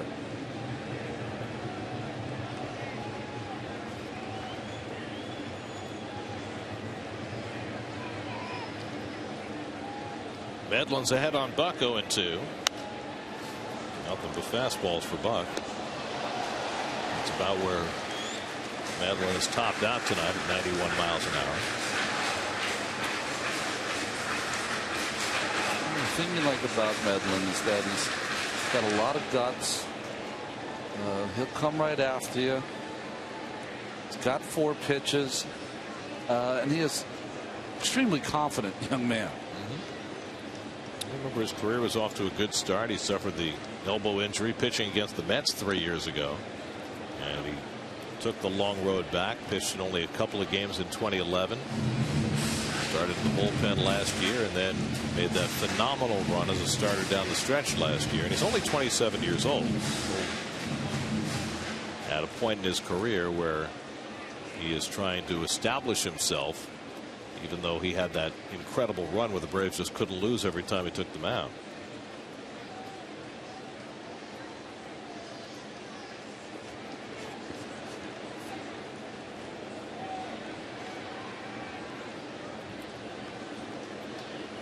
One-two coming to Buck, and he misses inside with the fastball. 2-2. Good dart. Ball runs a little bit inside. I'll tell you, I like the target. Always have. Brian McCann. For a big kid, He gets about as low as you can get.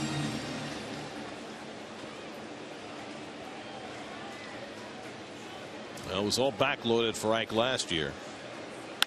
Up the middle, and Buck's got a base hit. The cutter that time for Medlin, and Buck going straight up the middle for the Mets' third hit of the game.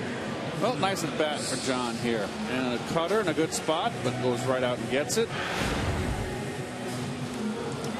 Especially after a pitch inside. Well, all the pitches were inside. He threw one outside, and Buck covered it, and that's because his approach up the middle has been much better the last, 2 weeks now.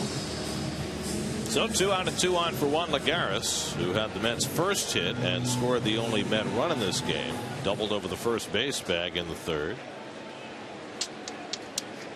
So he is 8 for 13 on this homestand, as his batting average up to 266 for the year. 2 on and 2 out for Lagares. And the curveball in for a strike.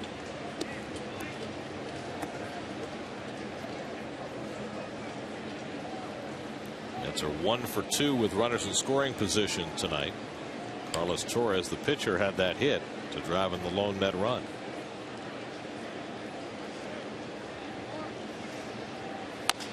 Bouncing ball, foul.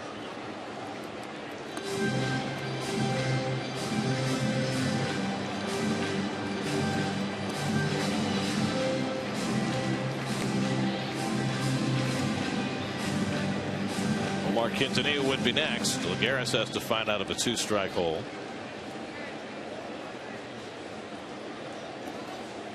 As Buck did before him.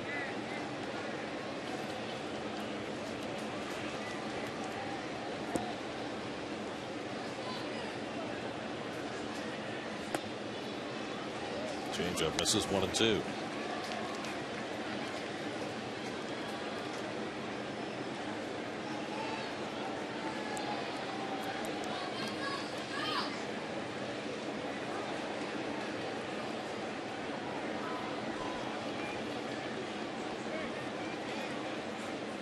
And Lagares down on strikes to end the inning.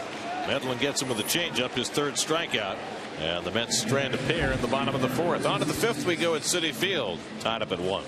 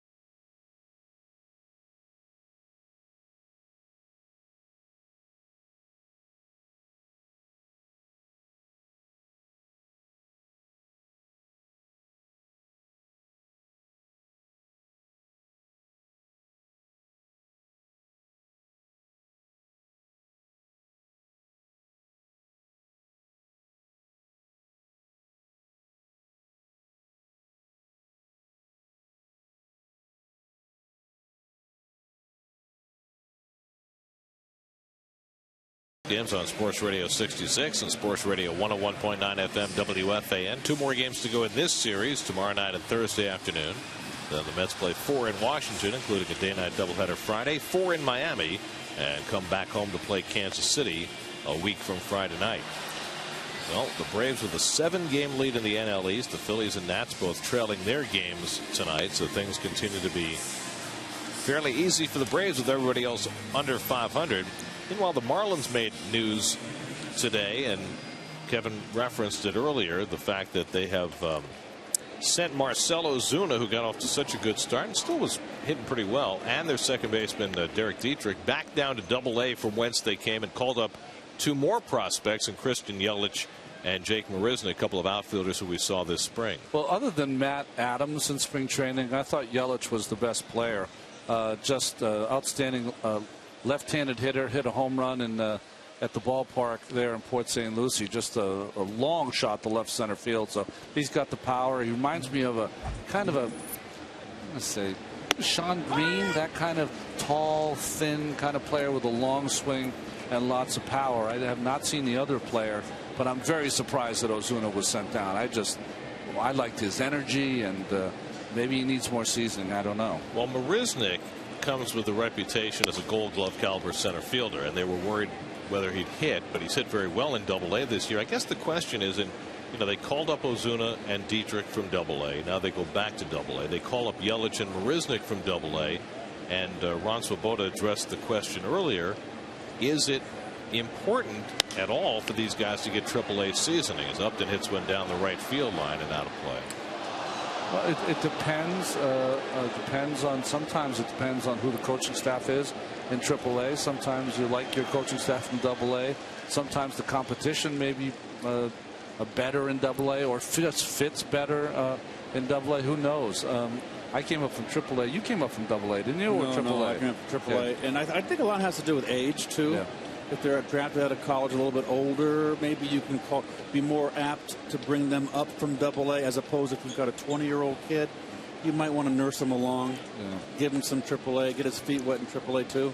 Now, the way the minor leagues have developed over the last couple of decades, most of your prospects tend to be in Double-A longer than they're in Triple-A, and Triple-A tends to be populated by guys who have played at the big league level or minor league free agents. They're guys in waiting to fill a spot if somebody gets hurt at the big league level. But because of that, because you have ex-major leaguers playing in AAA, does it not give a young position player a little more grounding in facing pitchers who have pitched at the big league level, as opposed to facing fellow prospects in AA? And plus, Gary, too, the invaluable lessons you can learn from the experience of the ex-major league players. When I played, when I was 20 years old in AAA, I have Hal Lanier was my second baseman. Bobby Heiss played shortstop. Jerry DeVannen was the third baseman. Jim Beecham was our right fielder. Skimmed on the right side, and Murphy with a nice grab. Throws out Upton, one away. And, just to continue, Dick Selma was in our pitching staff. Dick Selma was the first guy that pulled me aside and said, "Keith, what do you do when you go up to the plate?" I go, "I just look for fastball." He goes, "Do you know that pitchers have a plan to get you out?" And I said, "No." And he goes, "Well, they do." So that kind of lessons from those ex-major leaguers are invaluable. And I had the different experience, just the totally opposite experience. When I was in AA, everyone couldn't have been more helpful. Long bus rides, so you talked a lot of ball. Once I got to AAA, it was just miserable big leaguers who couldn't believe they were in AAA, and just everybody around you did not want to be there. Freeman hits one out to left center, and easing back Lagares, 2 out. And that was my experience in AAA too. It's the one place nobody wants to be. Managers don't want to be there. Players don't want to be there. Broadcasters don't want to be there. Everybody's either been in the big leagues or is close enough to sniff it. And the environment can be a little more cutthroat, player to player as well. I found the guys that were most bitter were the AAA minor leaguers that never made it to the big leagues. Oh yeah. I remember one particular guy, I won't mention his name, was a first baseman outfielder and never made it to the big leagues. And here I come up with a young whippersnapper, and I took his spot in the roster. He didn't like me. I remember in AAA, one pitcher had been in the big leagues, now was in the minor leagues. On his way, he thought back, and then someone like myself comes around and never got invited to his barbecues. So it just tells you how cutthroat it can be. McCann retired on a ground ball to first. First 1-2-3 inning of the night for Carlos Torres. We're halfway through at Citi Field, tied at 1.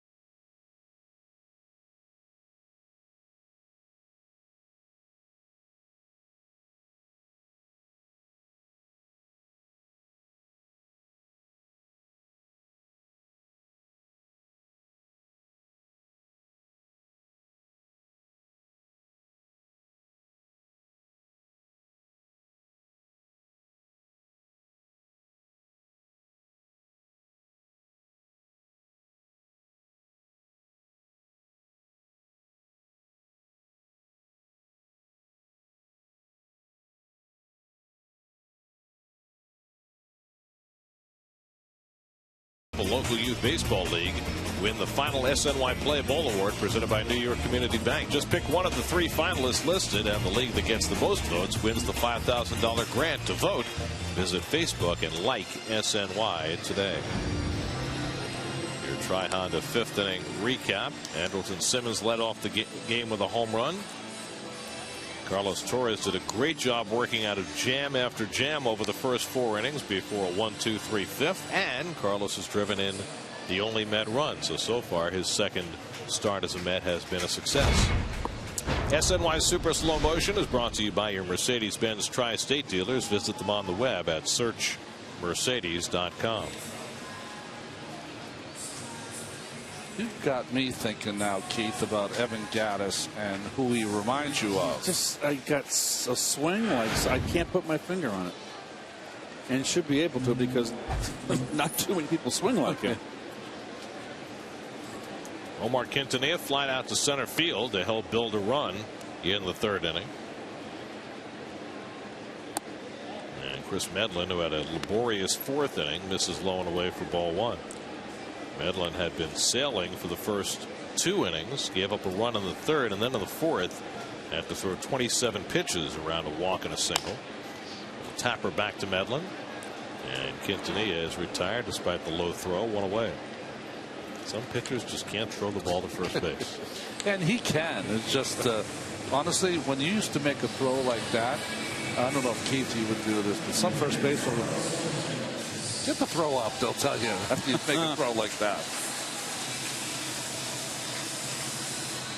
Keith would never do that. He would. Ronnie was a big-time fielder. He was. I never had to worry about Ronnie. He was a shortstop playing first base. Ronnie was one of the best fielding pitchers I ever played with. Torres grounds one toward the middle, and Simmons runs it down, and quickly Medlin has 2 out in the 5th. Boy, hustling down to first base was Mr. Torres. We saw that from Cliff Lee right on Sunday. It's very little that Carlos Torres has done since he's been here that has not been impressive.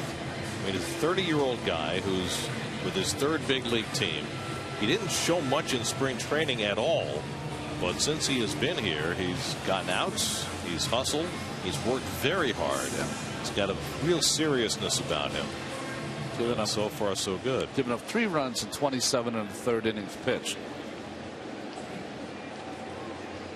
So 2 out and nobody on. Now Eric Young, who's 0 for 2, struck out and hit a comebacker. Braves 1 run 6 hits. The Mets 1 run 3 hits. Mets and Braves have now played 11 games before tonight. Braves have won 6. The Mets have won 5. The last time these 2 teams met, it was in Atlanta.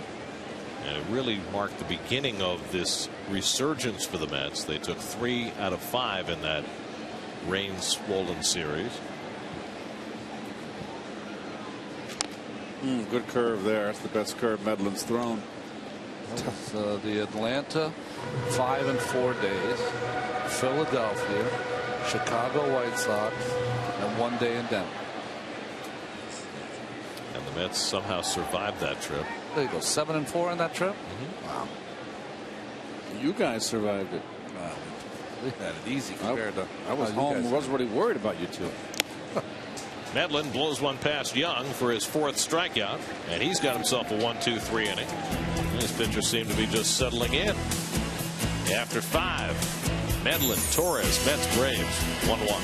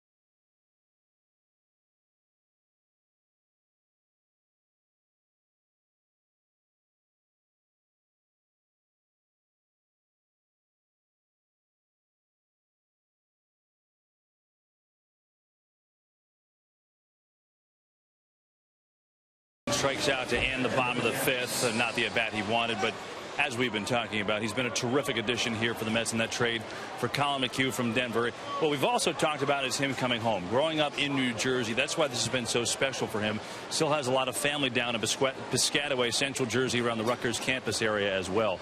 And the thing that Young has really enjoyed is today he spent some time with him talking about his upbringing and how special it was. And even though he was the son of a major league player, he said, you know, for me, it was pretty normal, to be quite honest. You know, going through school, I would, go through school like normal. Then when the summer came, I'd go and travel and go see my dad. And those times were amazing. As that one's going to go foul.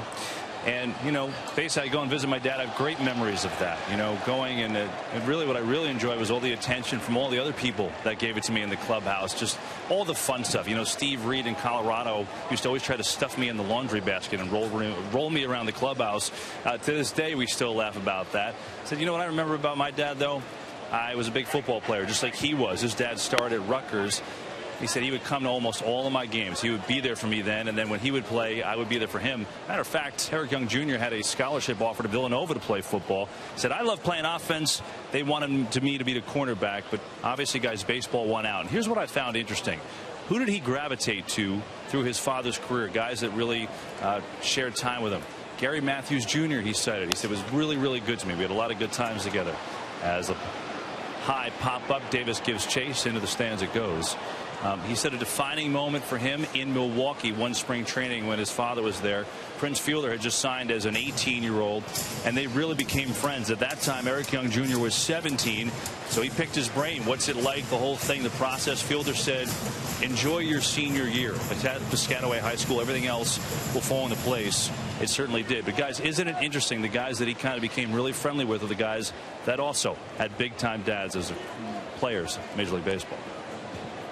It's an interesting thing, and I've played with some players whose fathers were big leaguers, and they seem to go two ways. Gaddis lifts one to right, and Bird started back. Now comes in. They seem to be very comfortable around the clubhouse, joyous and happy to be there, or they seem to be miserable. And I mean it in a way that some players, some sons of players, that their dads were really good players, remember reading articles about their dads that were not so complimentary, and they remember that forever as far as dealing with the media moving forward. Well, there's also got to be, if you have a dad who was a star player, it's got to be awfully difficult to try and live up to that legacy. As Ugla gets one underneath right and into left field, and Ugla is on base for the third straight time. I don't think it's any different than your dad, the CEO, and you're expected to follow in his footsteps. The difference, it's under the bright lights with 30,000 in the house. I think that it's there's very few offspring of major league players that is more so now that make it to the big leagues because their dads are playing and can't have the time. I mean, summer is a summer vacation, baseball summer. And you can't put the time in with your kids when you're playing ball, and they're not getting the instruction. But there's more and more young kids that are from major league players now that are getting to the big leagues. Well, I think it's also generational, because in our day when we played, it was really frowned on, as you see Dave Artsma warming up. It's really frowned on to have families around the ballpark, around the teams. You would never have children in the clubhouse. So it's just frowned upon. And it's different now. The kids come and they play catch with their dads, and it's a whole different deal. Well, it got that way in the 90s and the early 2000s, and we had that most embarrassing moment in the World Series, that Angel Giant World Series where Dusty Baker's kid almost got killed. 4 years old. And that was a complete joke. It was just ridiculous that ever came about. But I remember coming here and seeing the kids in the clubhouse and out in the field. Hey, this is a workplace. Am I maybe old-fashioned here? The kids don't belong there. The players come here to work, not to hit fungos to their kids. It's a long season. Sorry. Kids can come in after a game and a win on occasion. But I was always dead set against that. So I'm not being grumpy here, but that's just my feeling. 1-1 to Chris Johnson with 1 out and 1 on, and Johnson lifts one foul. Well, I've had more than one son of a major leaguer tell me Yeah, my dad was a major leaguer, but my mom was the one who taught me the game. That's right. Yeah. Because, you know, if you are the son of a big leaguer and he's away for 6 months, 7 months at a time, you're spending most of your time with mom. Well, my dad was a foreman in the machine shop. We had 100 ground balls and 100 pitch balls every single day, every single late afternoon. Yep. Johnson is doubled and fouled out, 1 for 2. And Torres comes inside with that cutter. 2-2. Well, I used to, the night games, sleep late, 12 noon. When I was married to my first wife and my three daughters, it was like, get the kids out, let them go play somewhere, and let me sleep till noon. You can bring them back around 12 noon when I wake up. I guess that I get that Father of the Year is out the window for this year, anyway. Terry Collins said 95 pitches is the outer limit for Carlos Torres before this game. He's at 92 now. That's why Artsman's up in the bullpen and Dan Warthen keeping a close eye. Uggla at first at 1 out, 3-2 count. See if he's running here. Torres with a soft toss to check in. I think that if you're Torres, you got to be thinking to yourself, ground ball from Johnson, or if I get through him, they got to give me the pitcher. They got to let me face Medlin to get out of this inning.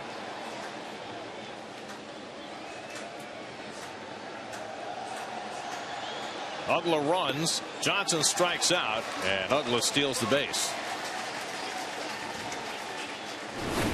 A foul tip, and so it's hard for Buck to get a piece. Actually, it was in the dirt. Boy, looking in. Still no throw. I honestly like a throw, and you'll say why. You're not going to have a chance to throw. I like the throw out there because sometimes these guys slide past the bag. Uggla's first stolen base of the year, so he's in scoring position in a tie game. 2 out, and now Medlin, who's not an automatic out, is grounded out and sacrificed tonight, 0 for 1, and he swings and misses at a fastball from Torres. One of the few straight fastballs we've seen from Torres all night. With something on it, too. He did. He reached back. Medlin hasn't got a bad swing. Hitting over 200 this year. And he fouls off the cutter, and it's 0-2. Braves are 1 for 7 with runners in scoring position tonight. Their only run came on the second pitch of the game. Andrelton Simmons homered. Torres has been able to tiptoe out of trouble ever since. The Braves have stranded 7. Simmons would be next. Torres trying to dispose of Medlin and get through the inning.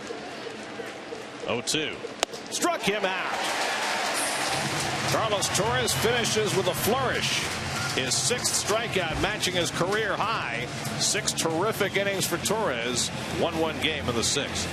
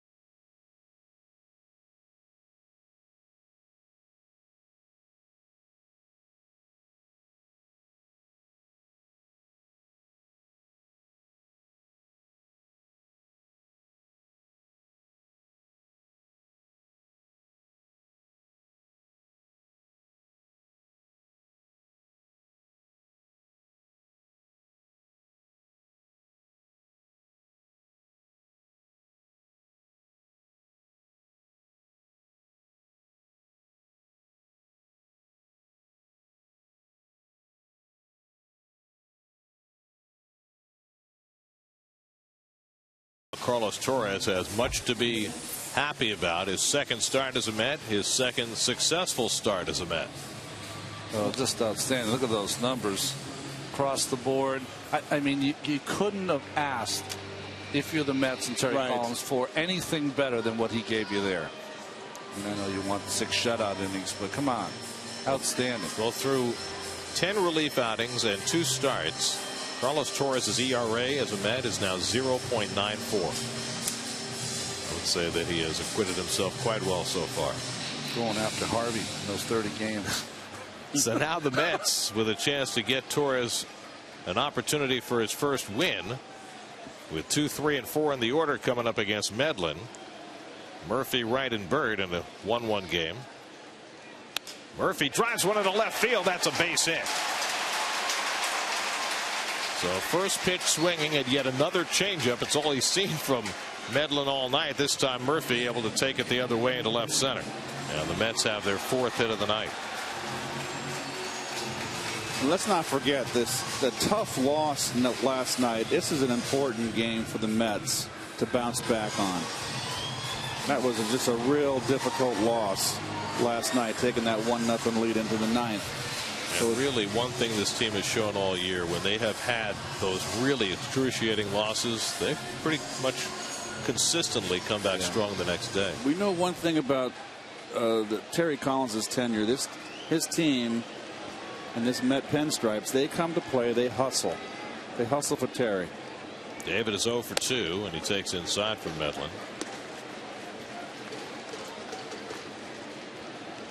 Chris Medlin not nearly as successful in the win-loss department as he was last year, but he's pitching a fine game tonight. His first start out of the All-Star break. Falls behind on right, 2-0. David looking for his first hit in this series. He's gone 0 for 6, but he's hit a couple of balls very hard to right center field. Well, he had a bullet last bat right at Simmons at short.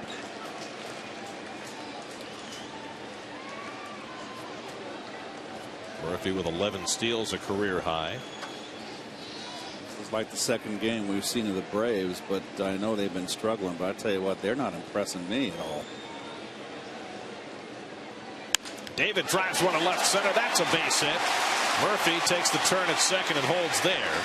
So back-to-back base hits for Murphy and Wright to get the Mets started in the home 6th inning. They set the tables for Marlon Byrd. A hanging changeup up high and away to Murph to lead it off. And I believe a hanging breaking ball to Wright here.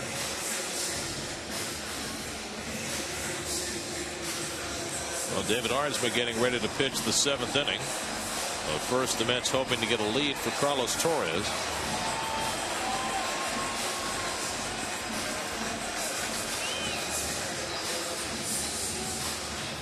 Bird is 0 for 1. He's grounded to short and drawn a walk. Marlin starts the day with 17 home runs, tied for 8th in the National League. No action as yet in that Braves bullpen. That's about to change. Big hole there, Keith, between Johnson and Simmons. Yep. Well, Murph has already stolen some bases. Stolen third before. The National League is aware of that. I don't think you want him doing that with nobody out. My feeling is, if you're going to get Carpenter up right there in the bullpen for the Braves, is I'd have Ugla hold him on, not Simmons. Simmons has really got to push back and get into coverage. And Medlin behind again, 2-0. So Medlin has been working ahead of the count all night. Gave up a first pitch hit to Murphy, fell behind Wright 2-0 and gave up a base hit. Now behind on Bird 2-0, and he's living dangerously. Mets have never won a game when Medlin has started. 2-0 to Bird. Outside and low, 3-0 with Ike Davis on deck. Boy, all of a sudden with the men on base, Medlin doing a little Archie Bell. Medlin 4-0 with a 1.84 ERA lifetime against New York.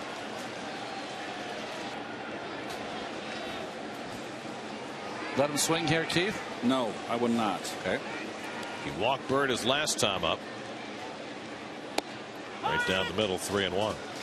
He's missed with breaking stuff, so he's lost a little bit of his range. This is a hitter's count right here. Pitcher in trouble. Murphy at second, right at first, and nobody out. Bird with 56 runs batted in to lead the Mets. Can't catch up with that fastball, and it's 3-2. I tell you what, that was man against man here. I tell you what, you just right down the middle, RJ. Just beat him. He hasn't missed that pitch very often this summer, has he? Medlin has walked 1. He's struck out 4. 3-2 to Bird. Pulled. Johnson with a nice diving stop from his knees. Gets the force at second. Beautifully done by Chris Johnson. First taking a double away from Bird and then adjusting to get the force on right at second. Boy, could he have made the tag for the lead runner here on the base? Like to get a look. I think he had a chance maybe to get up and tag the bag. Now you're making this judgment. I think he had a chance to get up and tag third, RJ. You know, the difference is Johnson plays tighter to the third base line than anyone in baseball, and that off the bat of Bird, I bet felt like a double. Roger McDowell out to talk to Medlin. Mets have first and third and 1 out. And a chance for Ike Davis to get the lead run home. Remember the last at bat for Ike, it was around 6 pitches, maybe 7. Not one fastball, and struck him out. He threw him 5 curveballs and 2 changeups. Finally struck him out with a changeup. Ike is just 6 for 15, getting runners home from third to less than 2 out. Just 40%. And they're going to play back for the double play. I agree. Ike does not run well. Hits the ball on the ground. It's a double play. 0 for 2 tonight. Tried to bunt his way on his first time up. Was retired and then struck out in the 4th. First and third, 1 out. And Ike takes a fastball strike. So it changed the program. Ronnie snuck a fastball by him first pitch. John Buck on deck. Medlin at 81 pitches with 1 out in the 6th. Off speed pitch misses 1-1. The problem that you have with Medlin with the changeup is because of Bird on first base, Freeman holding him on. That opens up that hole between first and second for Ike. He drove a run into yesterday's ball game through that same hole. Freeman tends not to come off the bag too far with Davis up there, and yesterday Ike drilled one at him right over the bag that Freeman was able to handle. Another thing too, Ronnie, the middle infielders got to play, you know, double play depth, so that does really open up that hole. Good curveball by Medlin. 1-2. That was a good one. Just dropped a little 12-6 right here in the outside corner.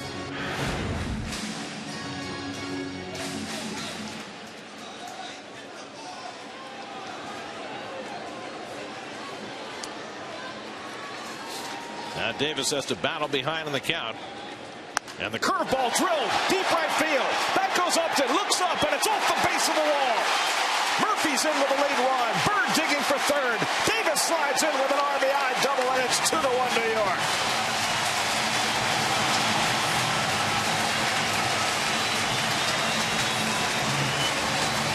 Well, one too many breaking balls, and it makes Ike feel he's got to be feeling great here. Wanted to get it away. Look where it starts. Middle and breaks right into the wheelhouse. Down and in. And lucky Ike didn't lose that one. So got to feel good for Ike here. It's been a rough slog for him. You know, the hardest part about being in a slump is not only your personal numbers, you get a little embarrassed by it, but you just feel like you're letting your team down, and to come up with a hit to put your team ahead, it's got to be huge. Ike's making his 3rd start in this homestand. He's now 5 for 11 in those 3 games. Mets have the lead, and they have 2nd and 3rd and 1 out, and the Braves are bringing their infield in. Already down a run. They're going to risk the base hit that could drive in 2. It's taken outside by Buck. 1-0. Bird at 3rd and Davis at 2nd. What do you think? I like you got to bring your team's not hitting. I mean, you can't keep up another run. I would play halfway up the middle, to be honest with you. I'd walk Buck and go for the double play. You got a slow runner at the plate, and Buck, you can afford to back up your middle infielders a little bit. I'd walk Bucks. Pitch to Lagares, the rookie. Well, he's pitching carefully. He's behind on Buck 2-0. Buck, remember, fell behind in the count, worked his way back to 2-2, and then hit a hard base hit up the middle his last time up. He'll be looking to do the same thing here with the infield in. He drills another one up the middle for a base hit. Third is in. Davis stops at third. John Buck with an RBI single. It's 3-1 New York. And Buck has become a different hitter these last couple of weeks. Using the middle of the field, drives in his 49th run of the year. Not doing it with the power like he did in April, and that's going to be all for Medlin, who stands to lose his first career game against the Mets. There's Ike on the backside. Ball hit too hard. 4 hits in the inning have produced 2 runs, and the Mets threatening for more as the Braves go to the bullpen. The call to the bullpen brought to you by Verizon Fios.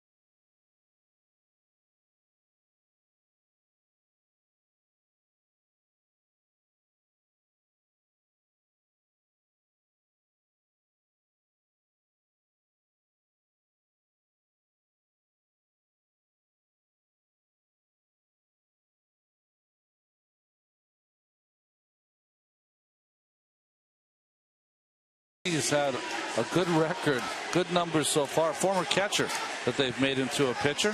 Had struggled in his previous big league outings in Houston and Toronto. The Braves got him on waivers in the offseason, and he's done a nice job for them. Medlin pitched very well for 5, but faltered here in the 6th. Faced 5 batters, gave up 4 hits. The only out was a nice play by Chris Johnson at third base.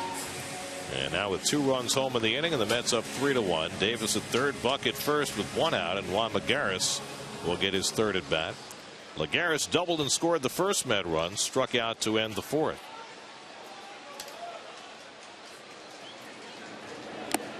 And he chases the slider from Carpenter, 0-1.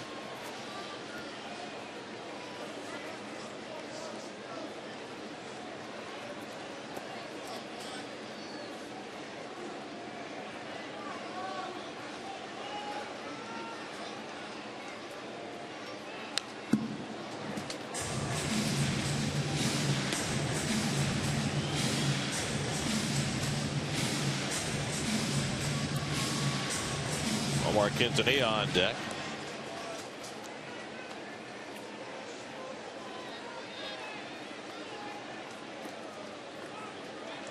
Well, the first 2 swings have not been great by Lagares, but we've seen him become a little better hitter with 2 strikes.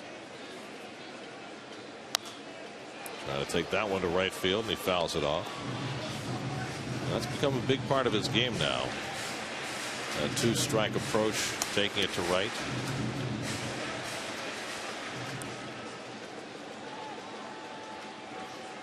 Uggla and Simmons set a double play depth.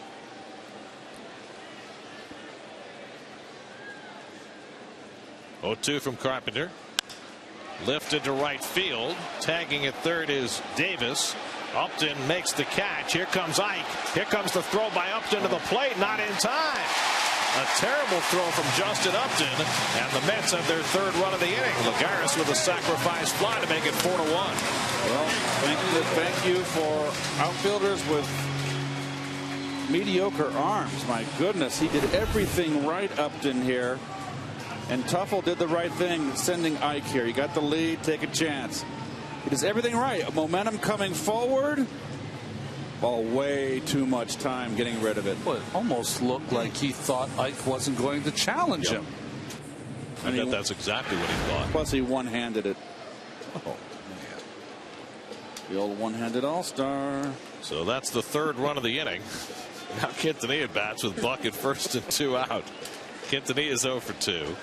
He's flying to center and hit a comeback. All these runs belong to Carlos Torres. Yes, they do. Chance for his first win as a Met. He had 5 wins pitching out of the bullpen for Colorado last year. David Aardsma has been ready for some time, waiting for the Mets to conclude their at bat before he takes the mound. Fastball runs away from Quintanilla, 2-0.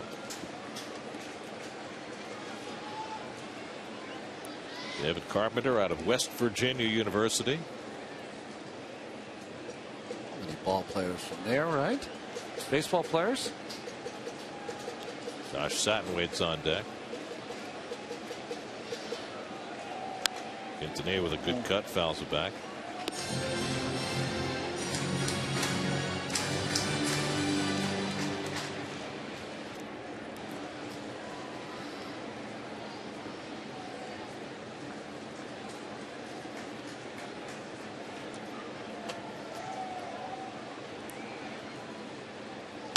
Quintanilla off the fist, pops it up.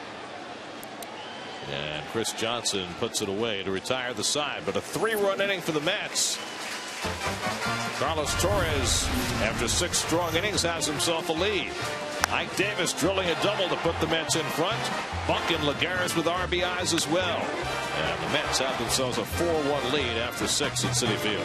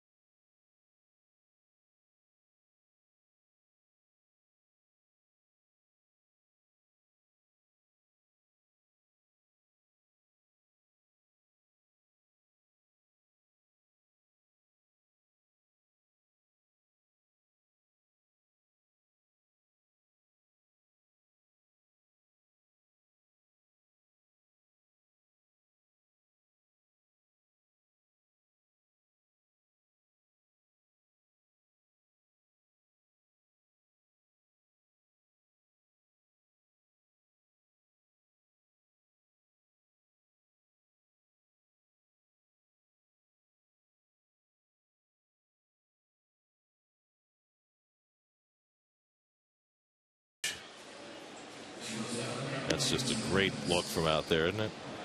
A terrace in front of the Shea Bridge. Great place to sit and have a meal and watch a ball game.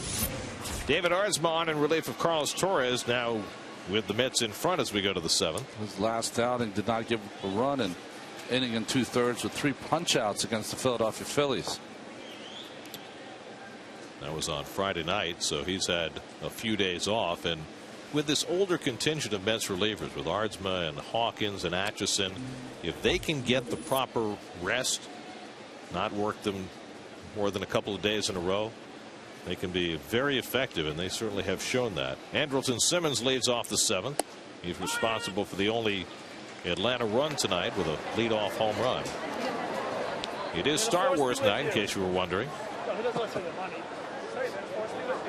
It's Luke.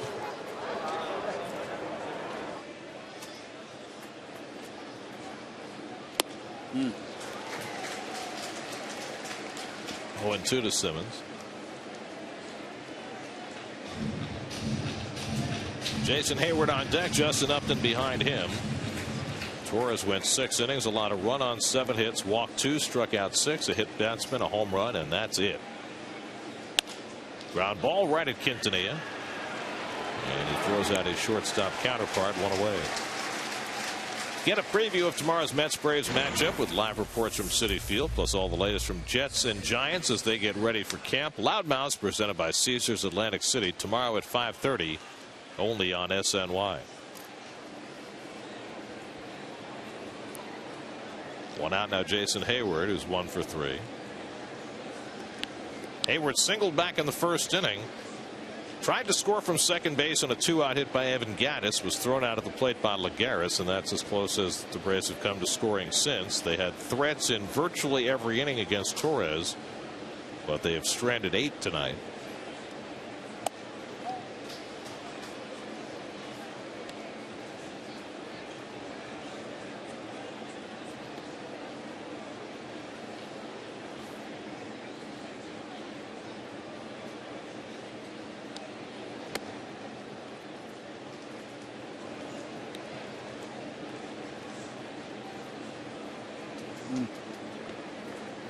Nats continue to falter. They are reeling. They're not faltering. Well, they've lost 4 in a row, 9 of 11, and appear to be on their way to another defeat tonight. They just don't score. I mean, you look at that lineup, and you look at the people in that lineup, from Harper to Zimmerman to Worth and on, and you think that they should be a pretty good offensive team, and they just have not been. Tonight, Wilson Ramos with a home run for their only run. They've only got 3 hits as they bat in the 8th inning. Here's the 2-1, and it's in the dirt, 3-1. Of course, keep in mind in that series, last night Jason Grilli had to leave in the 9th inning with forearm tightness, and they put him on the disabled list today. So that changes around what has been a top to bottom very strong Pittsburgh bullpen. I would imagine they'll now have Melanson move into the closer spot. Here's ball 4, and Hayward's on with a 1-out walk. I'll tell you what, Ronnie, in Pittsburgh, Melanson, he pitched 2 of the games. Got a nice hook, doesn't he? He throws hard too. Yeah. He was impressive. But that whole bullpen, I mean, Brian Morris has been good. The 2 lefties. The 2 lefties are Watson. Yes, really impressed me. Here's Upton, who's 0 for 3. Well, the Pirates, like the Nats, it's been their offense has been in question, and we have what, 8 days to go till the trading deadline now. You have to figure the Pirates are going to try to acquire a bat, right? I mean, this is a year where they have to think they've got a legitimate shot.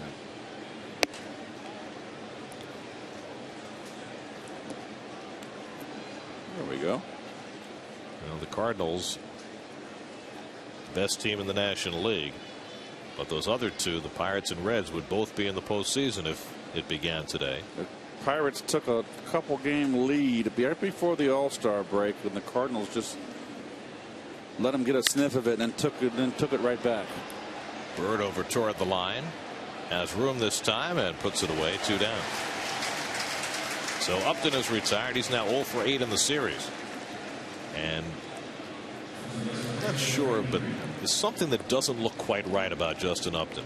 Here's Terry Collins on his way to the mound. You got the left-hand hitters Freeman and McCann due up, And so every minute Scott Rice will be on the pitch for the Mets.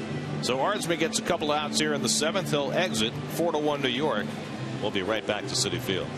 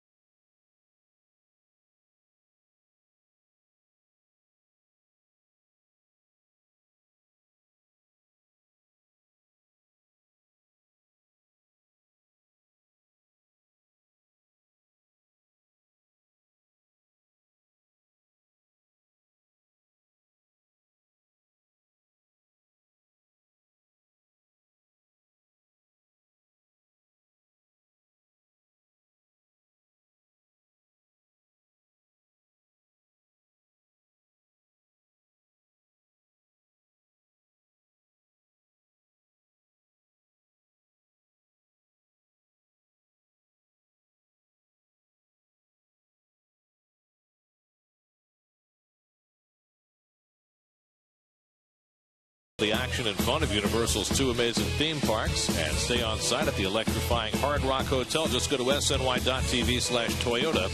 and enter the Toyota Fan Flyaway Sweepstakes for your chance to win.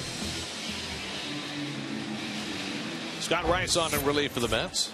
His last outing was Saturday against the Philadelphia Phillies. Retired a couple batters, 1 on strikeout.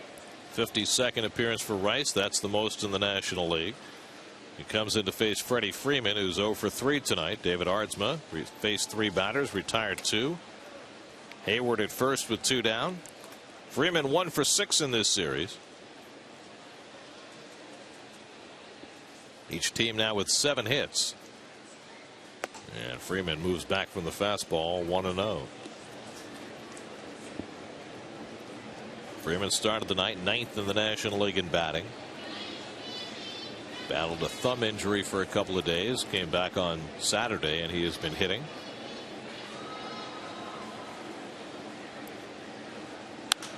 And he pops it up in foul ground. Wright comes over for a chance. And in front of the railing, he's got it. Side retired. Freeman out on a foul pop-up. Rice gets his job done with just 2 pitches. 4-1 New York.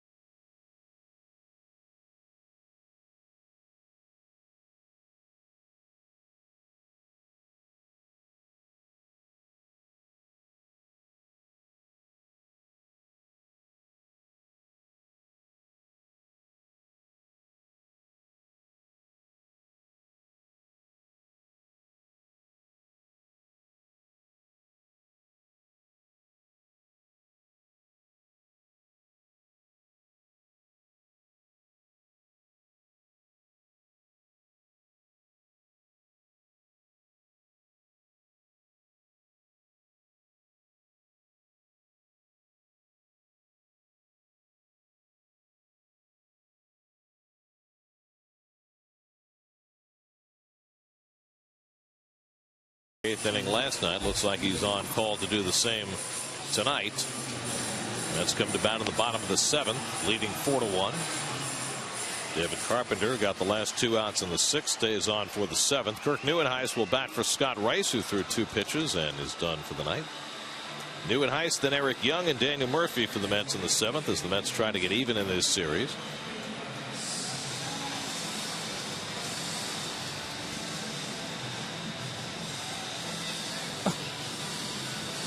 Wait for the inning to start because we have the Star Wars contingent still on the field. Right down the third base line.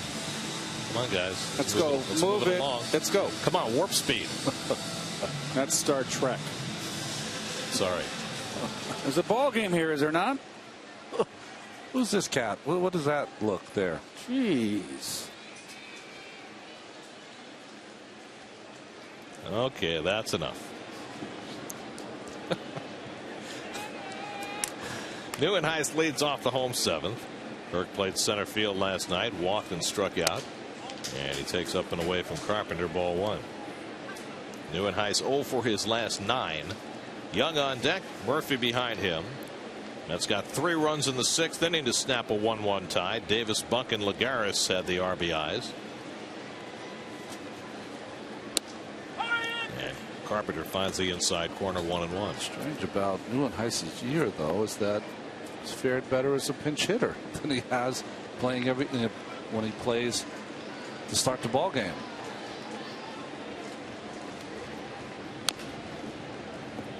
Which is an unusual thing for a young player. Yeah. You think of pinch hitting primarily as an older player's job. Reed Johnson last night, right? Reed Johnson the last 2 years. Yeah. You see what Kirk has done pinch hitting. Of course, last year you had an inexperienced player in Mike Baxter have a terrific year pinch hitting. Fights off that fastball. You were asking about Carpenter and players from West Virginia. Yes. The fine young second baseman for the Padres, Jed Jerko, is a Mountaineer. He is a good player. He's having a good year too.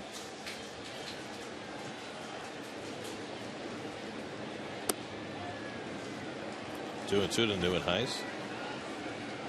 But there's a lot more football and basketball pedigree in Morgantown.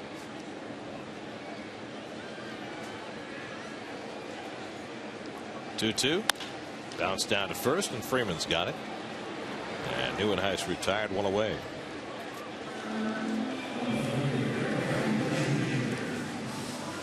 Let's look at tonight's AT&T trivia question. First 100 RBI season in team history.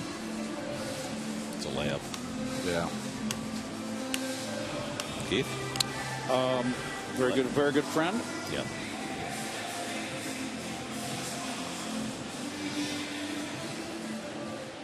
Here tonight. Yes. I mean, think about it. The Mets won a World Series before they ever had a player driving 100 runs in a season. It's pretty amazing. Eric Young is 0 for 3, struck out twice and hit a comebacker against Chris Medlin. And thinking about the bunt, and so was Chris Johnson, who was charging hard. Danny Murphy on deck. So Young has cooled down. He's just 1 for 17 on this homestand. And the bunt, always a good option for Eric when he's not swinging the bat well.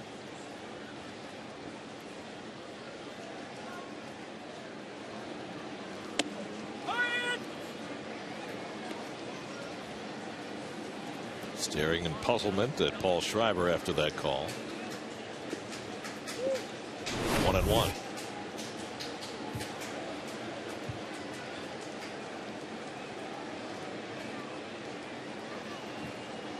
Down the middle.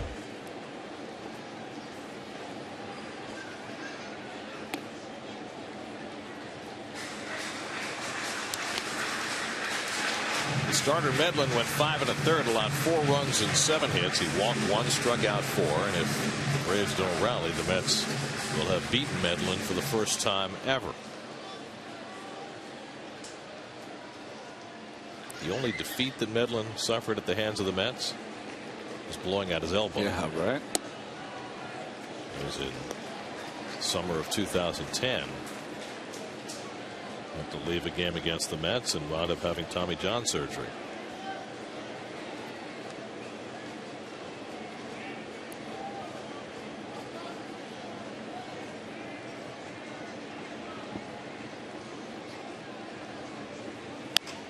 Fouled away, 3-2. Well, last night the Los Angeles Dodgers completed the trek from last to first. They moved into first place in the NL West by winning for the 21st time in their last 26 games. The Dodgers were 9.5 games behind exactly a month earlier, and now in first. They were howling for Mattingly's neck. Looped over short, and Young has his first hit in the series. So Eric Young with a 1-out hit, and the Mets have a base runner in the 7th. Tonight the Dodgers were down 8-3 going to the 7th inning. It's now 8-6 playing in Toronto. Toronto had that nice little run, right? But they had an 11-game winning streak. Have reverted back to how they were playing in the beginning. Josh Johnson lost last night. He's had a lost season for Toronto. Only won 1 game. His ERA is over 5. Boy, he looked like he was going to be a world beater. Went down with the Marlins. Murphy's 1 for 3 on the night. Got the Mets rally started in the 6th. There goes Young. Throw by McCann right on the money. Out. Young very unhappy with the call by Jeff Kellogg. Terry Collins racing out to join the argument, and Young, incensed, will vacate. The ball bounced. When the ball bounces, the infielder's glove usually comes up, and that's when the base runner can get his foot in. Let's see it bounce. Oh, he saved. Yeah, he slid right to the outside of the bag. His foot's in there. Simmons did a nice job picking it up, but you're right, the glove came up and it looked like the foot got in before the tag. There's no leather there. There's the leather late.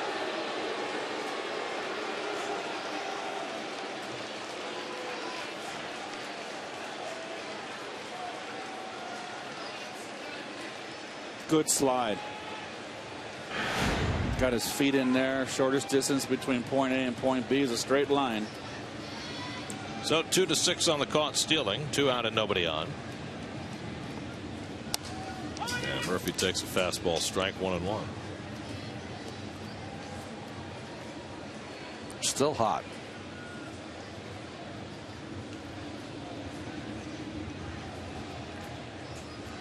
Like that passion, don't you? Yes.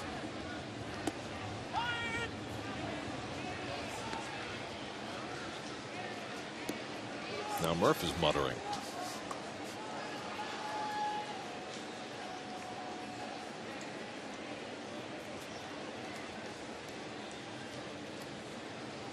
See, if you play football like Eric used to, you can go tackle somebody now. Right. Where's the sled when you need it? It's harder to work out those emotions in baseball. Got to go down the tunnel and slam a water cooler or something. No, just get a one-man sled down there. Have one of the coaches stand on it and run it right down the hallway. Got to get some shoulder pads too. Don't want anybody separating a shoulder. 2-2 to Murphy.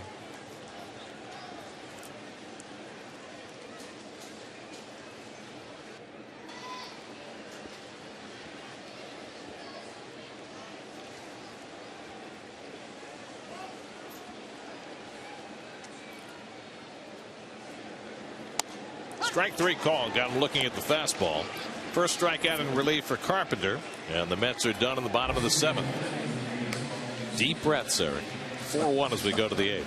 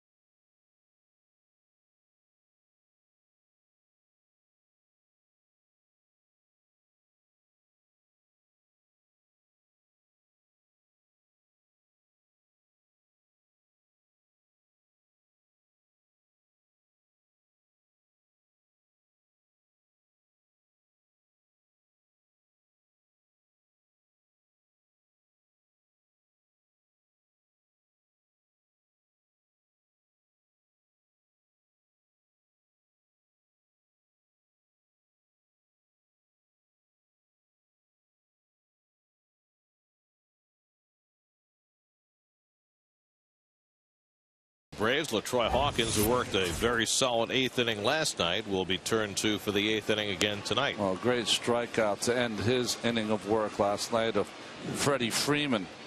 But seems to be first choice for Terry Collins in the 8th inning. We were talking last night during the game about the fact that, and we watched Eric Young being waylaid by Tom Goodwin to make sure that he did not take a detour on his way out to left field. He said, I'm going to left. Don't worry. I'm not going to go and talk to Jeff Kellogg. Didn't even look at Jeff Kellogg. I'm still angry. Didn't turn his head. Pro's pro. Yeah, absolutely. You got your piece in and just go out and play. Outstanding. Brian McCann leads off in the 8th inning and takes a letter high strike. We were talking during the game last night. In that 8th inning, Mets had a 1-run lead, runner on base, left-hander ready in the bullpen, and Terry Collins opted to stay with Hawkins against Freeman, and he wound up striking Freeman out. And Terry talked about it today and said, look, I had the left-hander ready, but Hawkins had faced Freeman twice, struck him out both times. I liked the way that looked, and sure enough, it worked out. 3 for 3 now. Well, Hawkins is a high fastball pitcher. Freeman is a low fastball hitter, so it's a little advantage for LaTroy. Down the right field line, and that ball lands foul.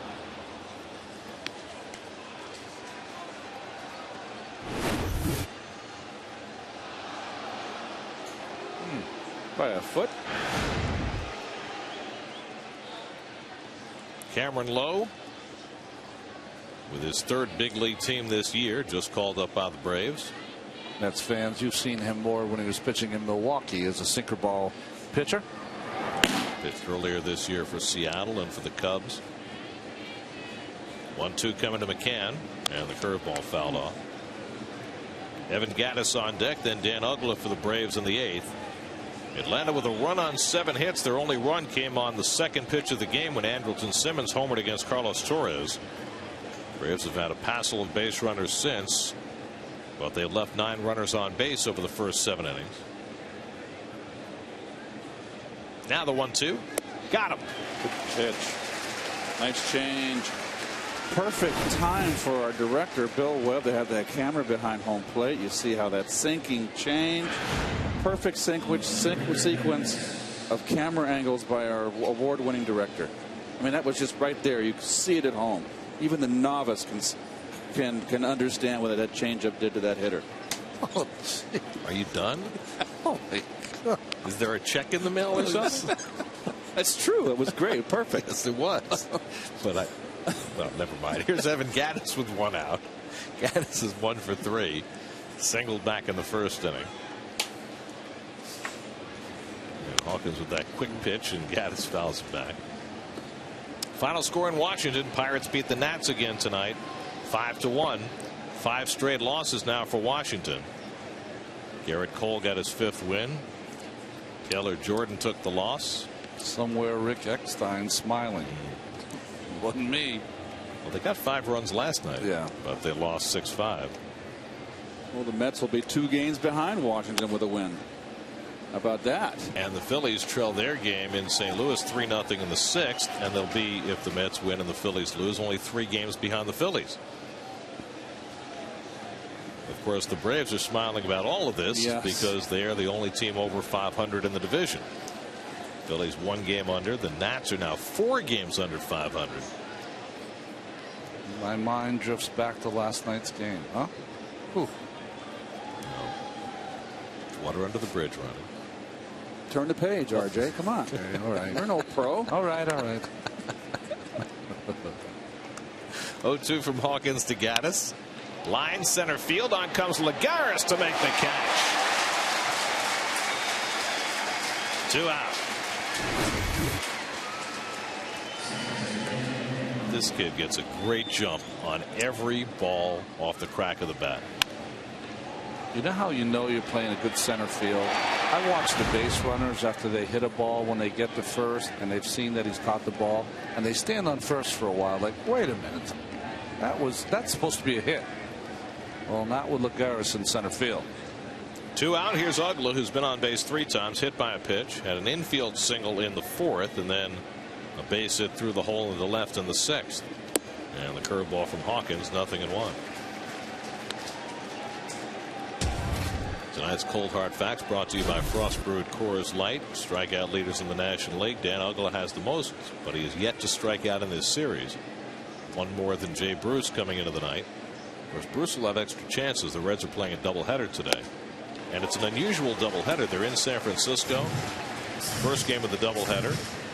Normal game in that the Giants are the home team. Second game of the doubleheader, the Reds will be the home team in San Francisco, because it's the makeup of an earlier rainout in Cincinnati. That should be a real home game with 45,000 San Franciscans there. But they're wearing their white uniform. Yeah, that'll make a big difference. And they get the last at bat. I'll tell you though, LaTroy Hawkins, this is the best I've seen him throw all year. All 4 of his pitches are working.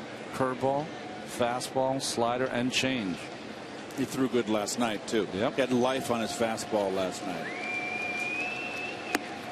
You don't see too many relievers throwing 4 pitches. Yeah. But of course, LaTroy began his career as a starting pitcher in Minnesota. And through his really great years, he was a guy that just would throw fastball after fastball. 2-2 to Uggla. And he lines one to short, caught by Quintanilla, side retired. 1-2-3 go the Braves in the top of the 8th. 4-1 New York, with David Wright set to lead off.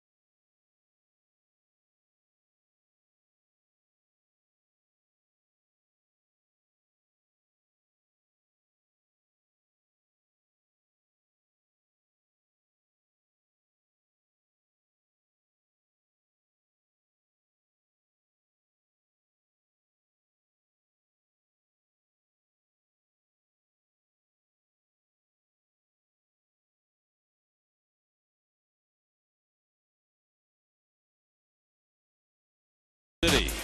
Mets and Braves on a Tuesday night.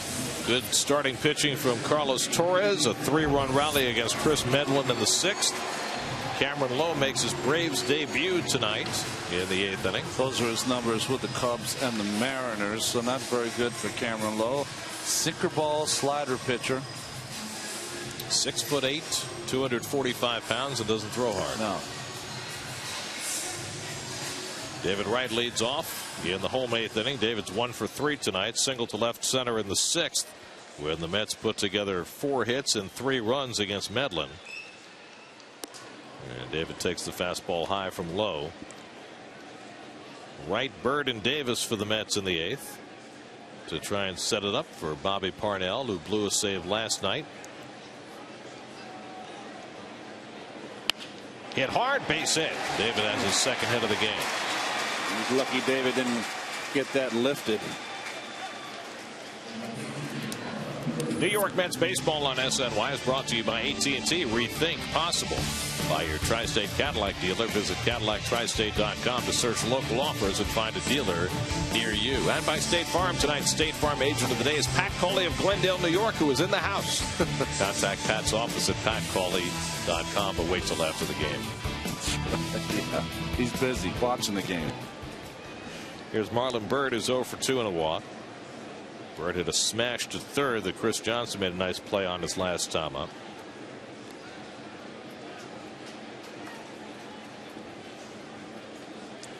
Boy, this is a good mark from Marlon. He likes the ball down low, a sinker ball pitcher. Pretty much straight up against Marlon. Byrd is 2 for 4 in his career against Lowe. And he takes a strike.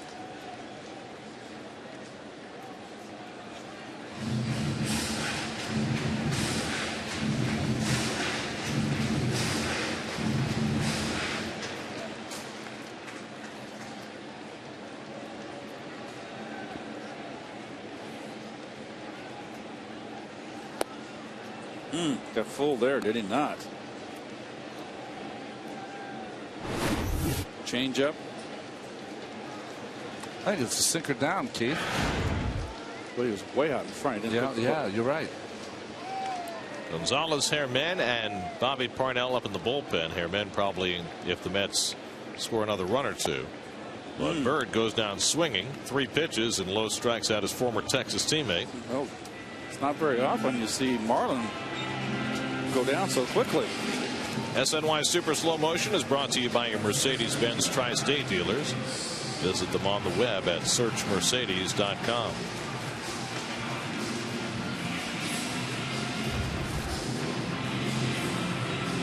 Here's Ike Davis. Ike's had the biggest hit in this game. Mets had a couple of men aboard in the 6th inning, and Ike drilled one off the base of the wall in right field for an RBI double that put the Mets in front. Later scampered home on a short sacrifice fly. Didn't even have to slide. Wheels. Wow, that's like a crazy.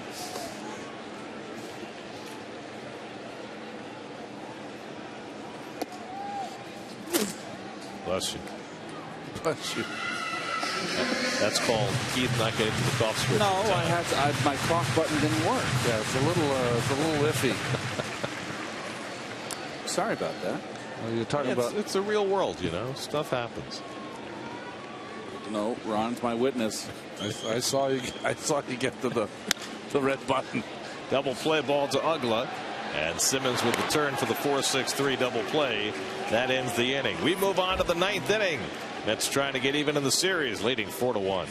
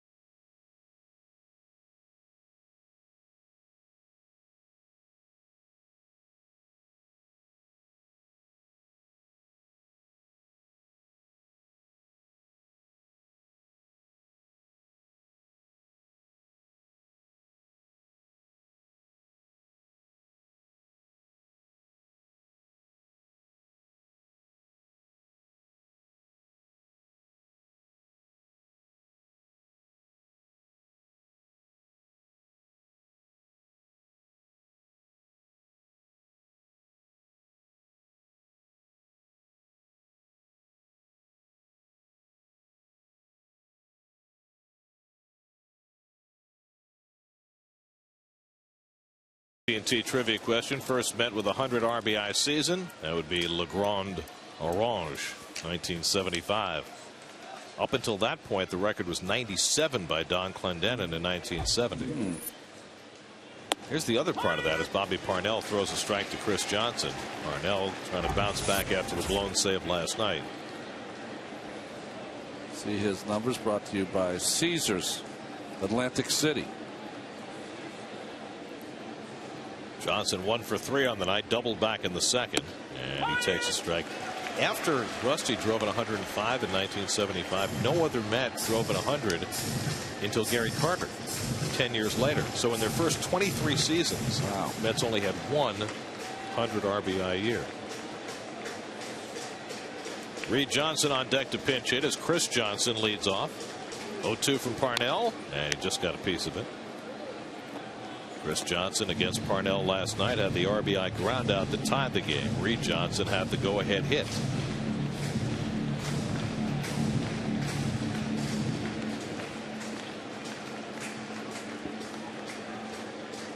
Wow, the Dodgers just took the lead in Toronto. 3-run homer, Adrian Gonzalez, 9-8 in the 8th. Too high, 1-2.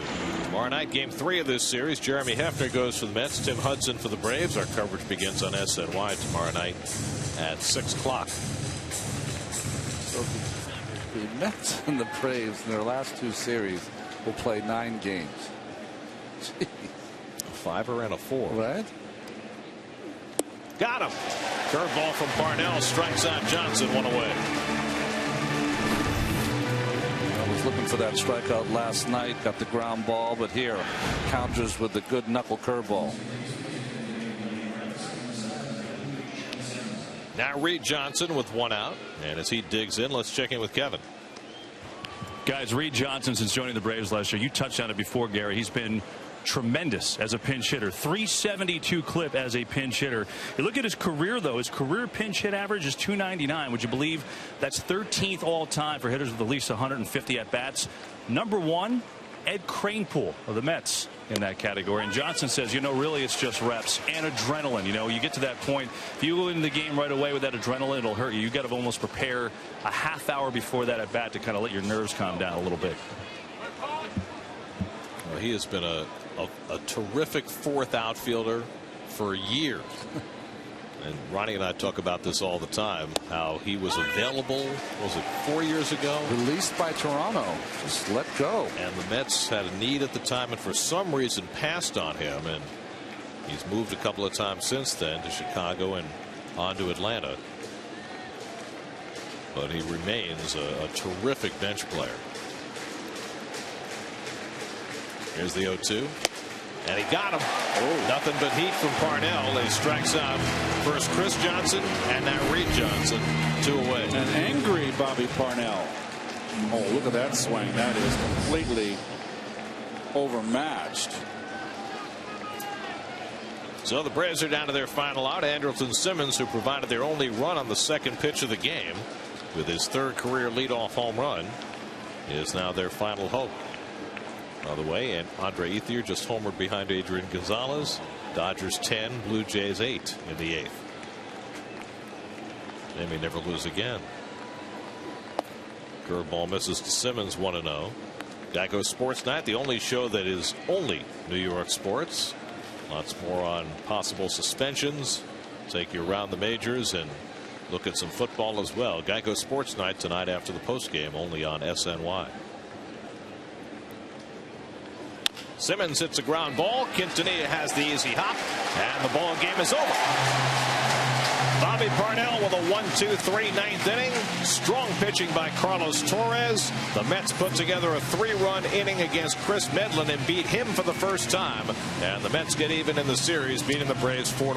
Well, I just like how this team bounces back from losses that are just so difficult to take, but they just keep coming back. And like Davis, Keith, with the big hit. Well, I went 1 for 4 on the night, scored a run, the big double in the 6th inning. That 4-hit, 3-run 6th by the Mets that opened up the game gave the Mets, broke the 4, actually 1-1 tie. And that was all they needed. Davis with the RBI double, followed by John Buck, who got a base hit up the middle RBI. He got 2 hits on the night. Lagares, a sacrifice fly. He had a hit on the night and a run scored in an RBI. So the bottom half of the order, very productive tonight for the Mets. Your City game summary: Carlos Torres gets his first win as a Met in his second start of the season, allowed just 1 run over 6 innings for the victory. For every Mets win, the Mets Foundation is proud to contribute $2,500 to the Cats Women's Hospital and the Cats Institute for Women's Health. For more information, visit northshorelij.com/KIWH. This win brings the total contribution so far this season to $110,000. Mets win it tonight 4-1. A tidy victory for the Mets to get even with the Braves. More coming up from Citi Field in just a moment.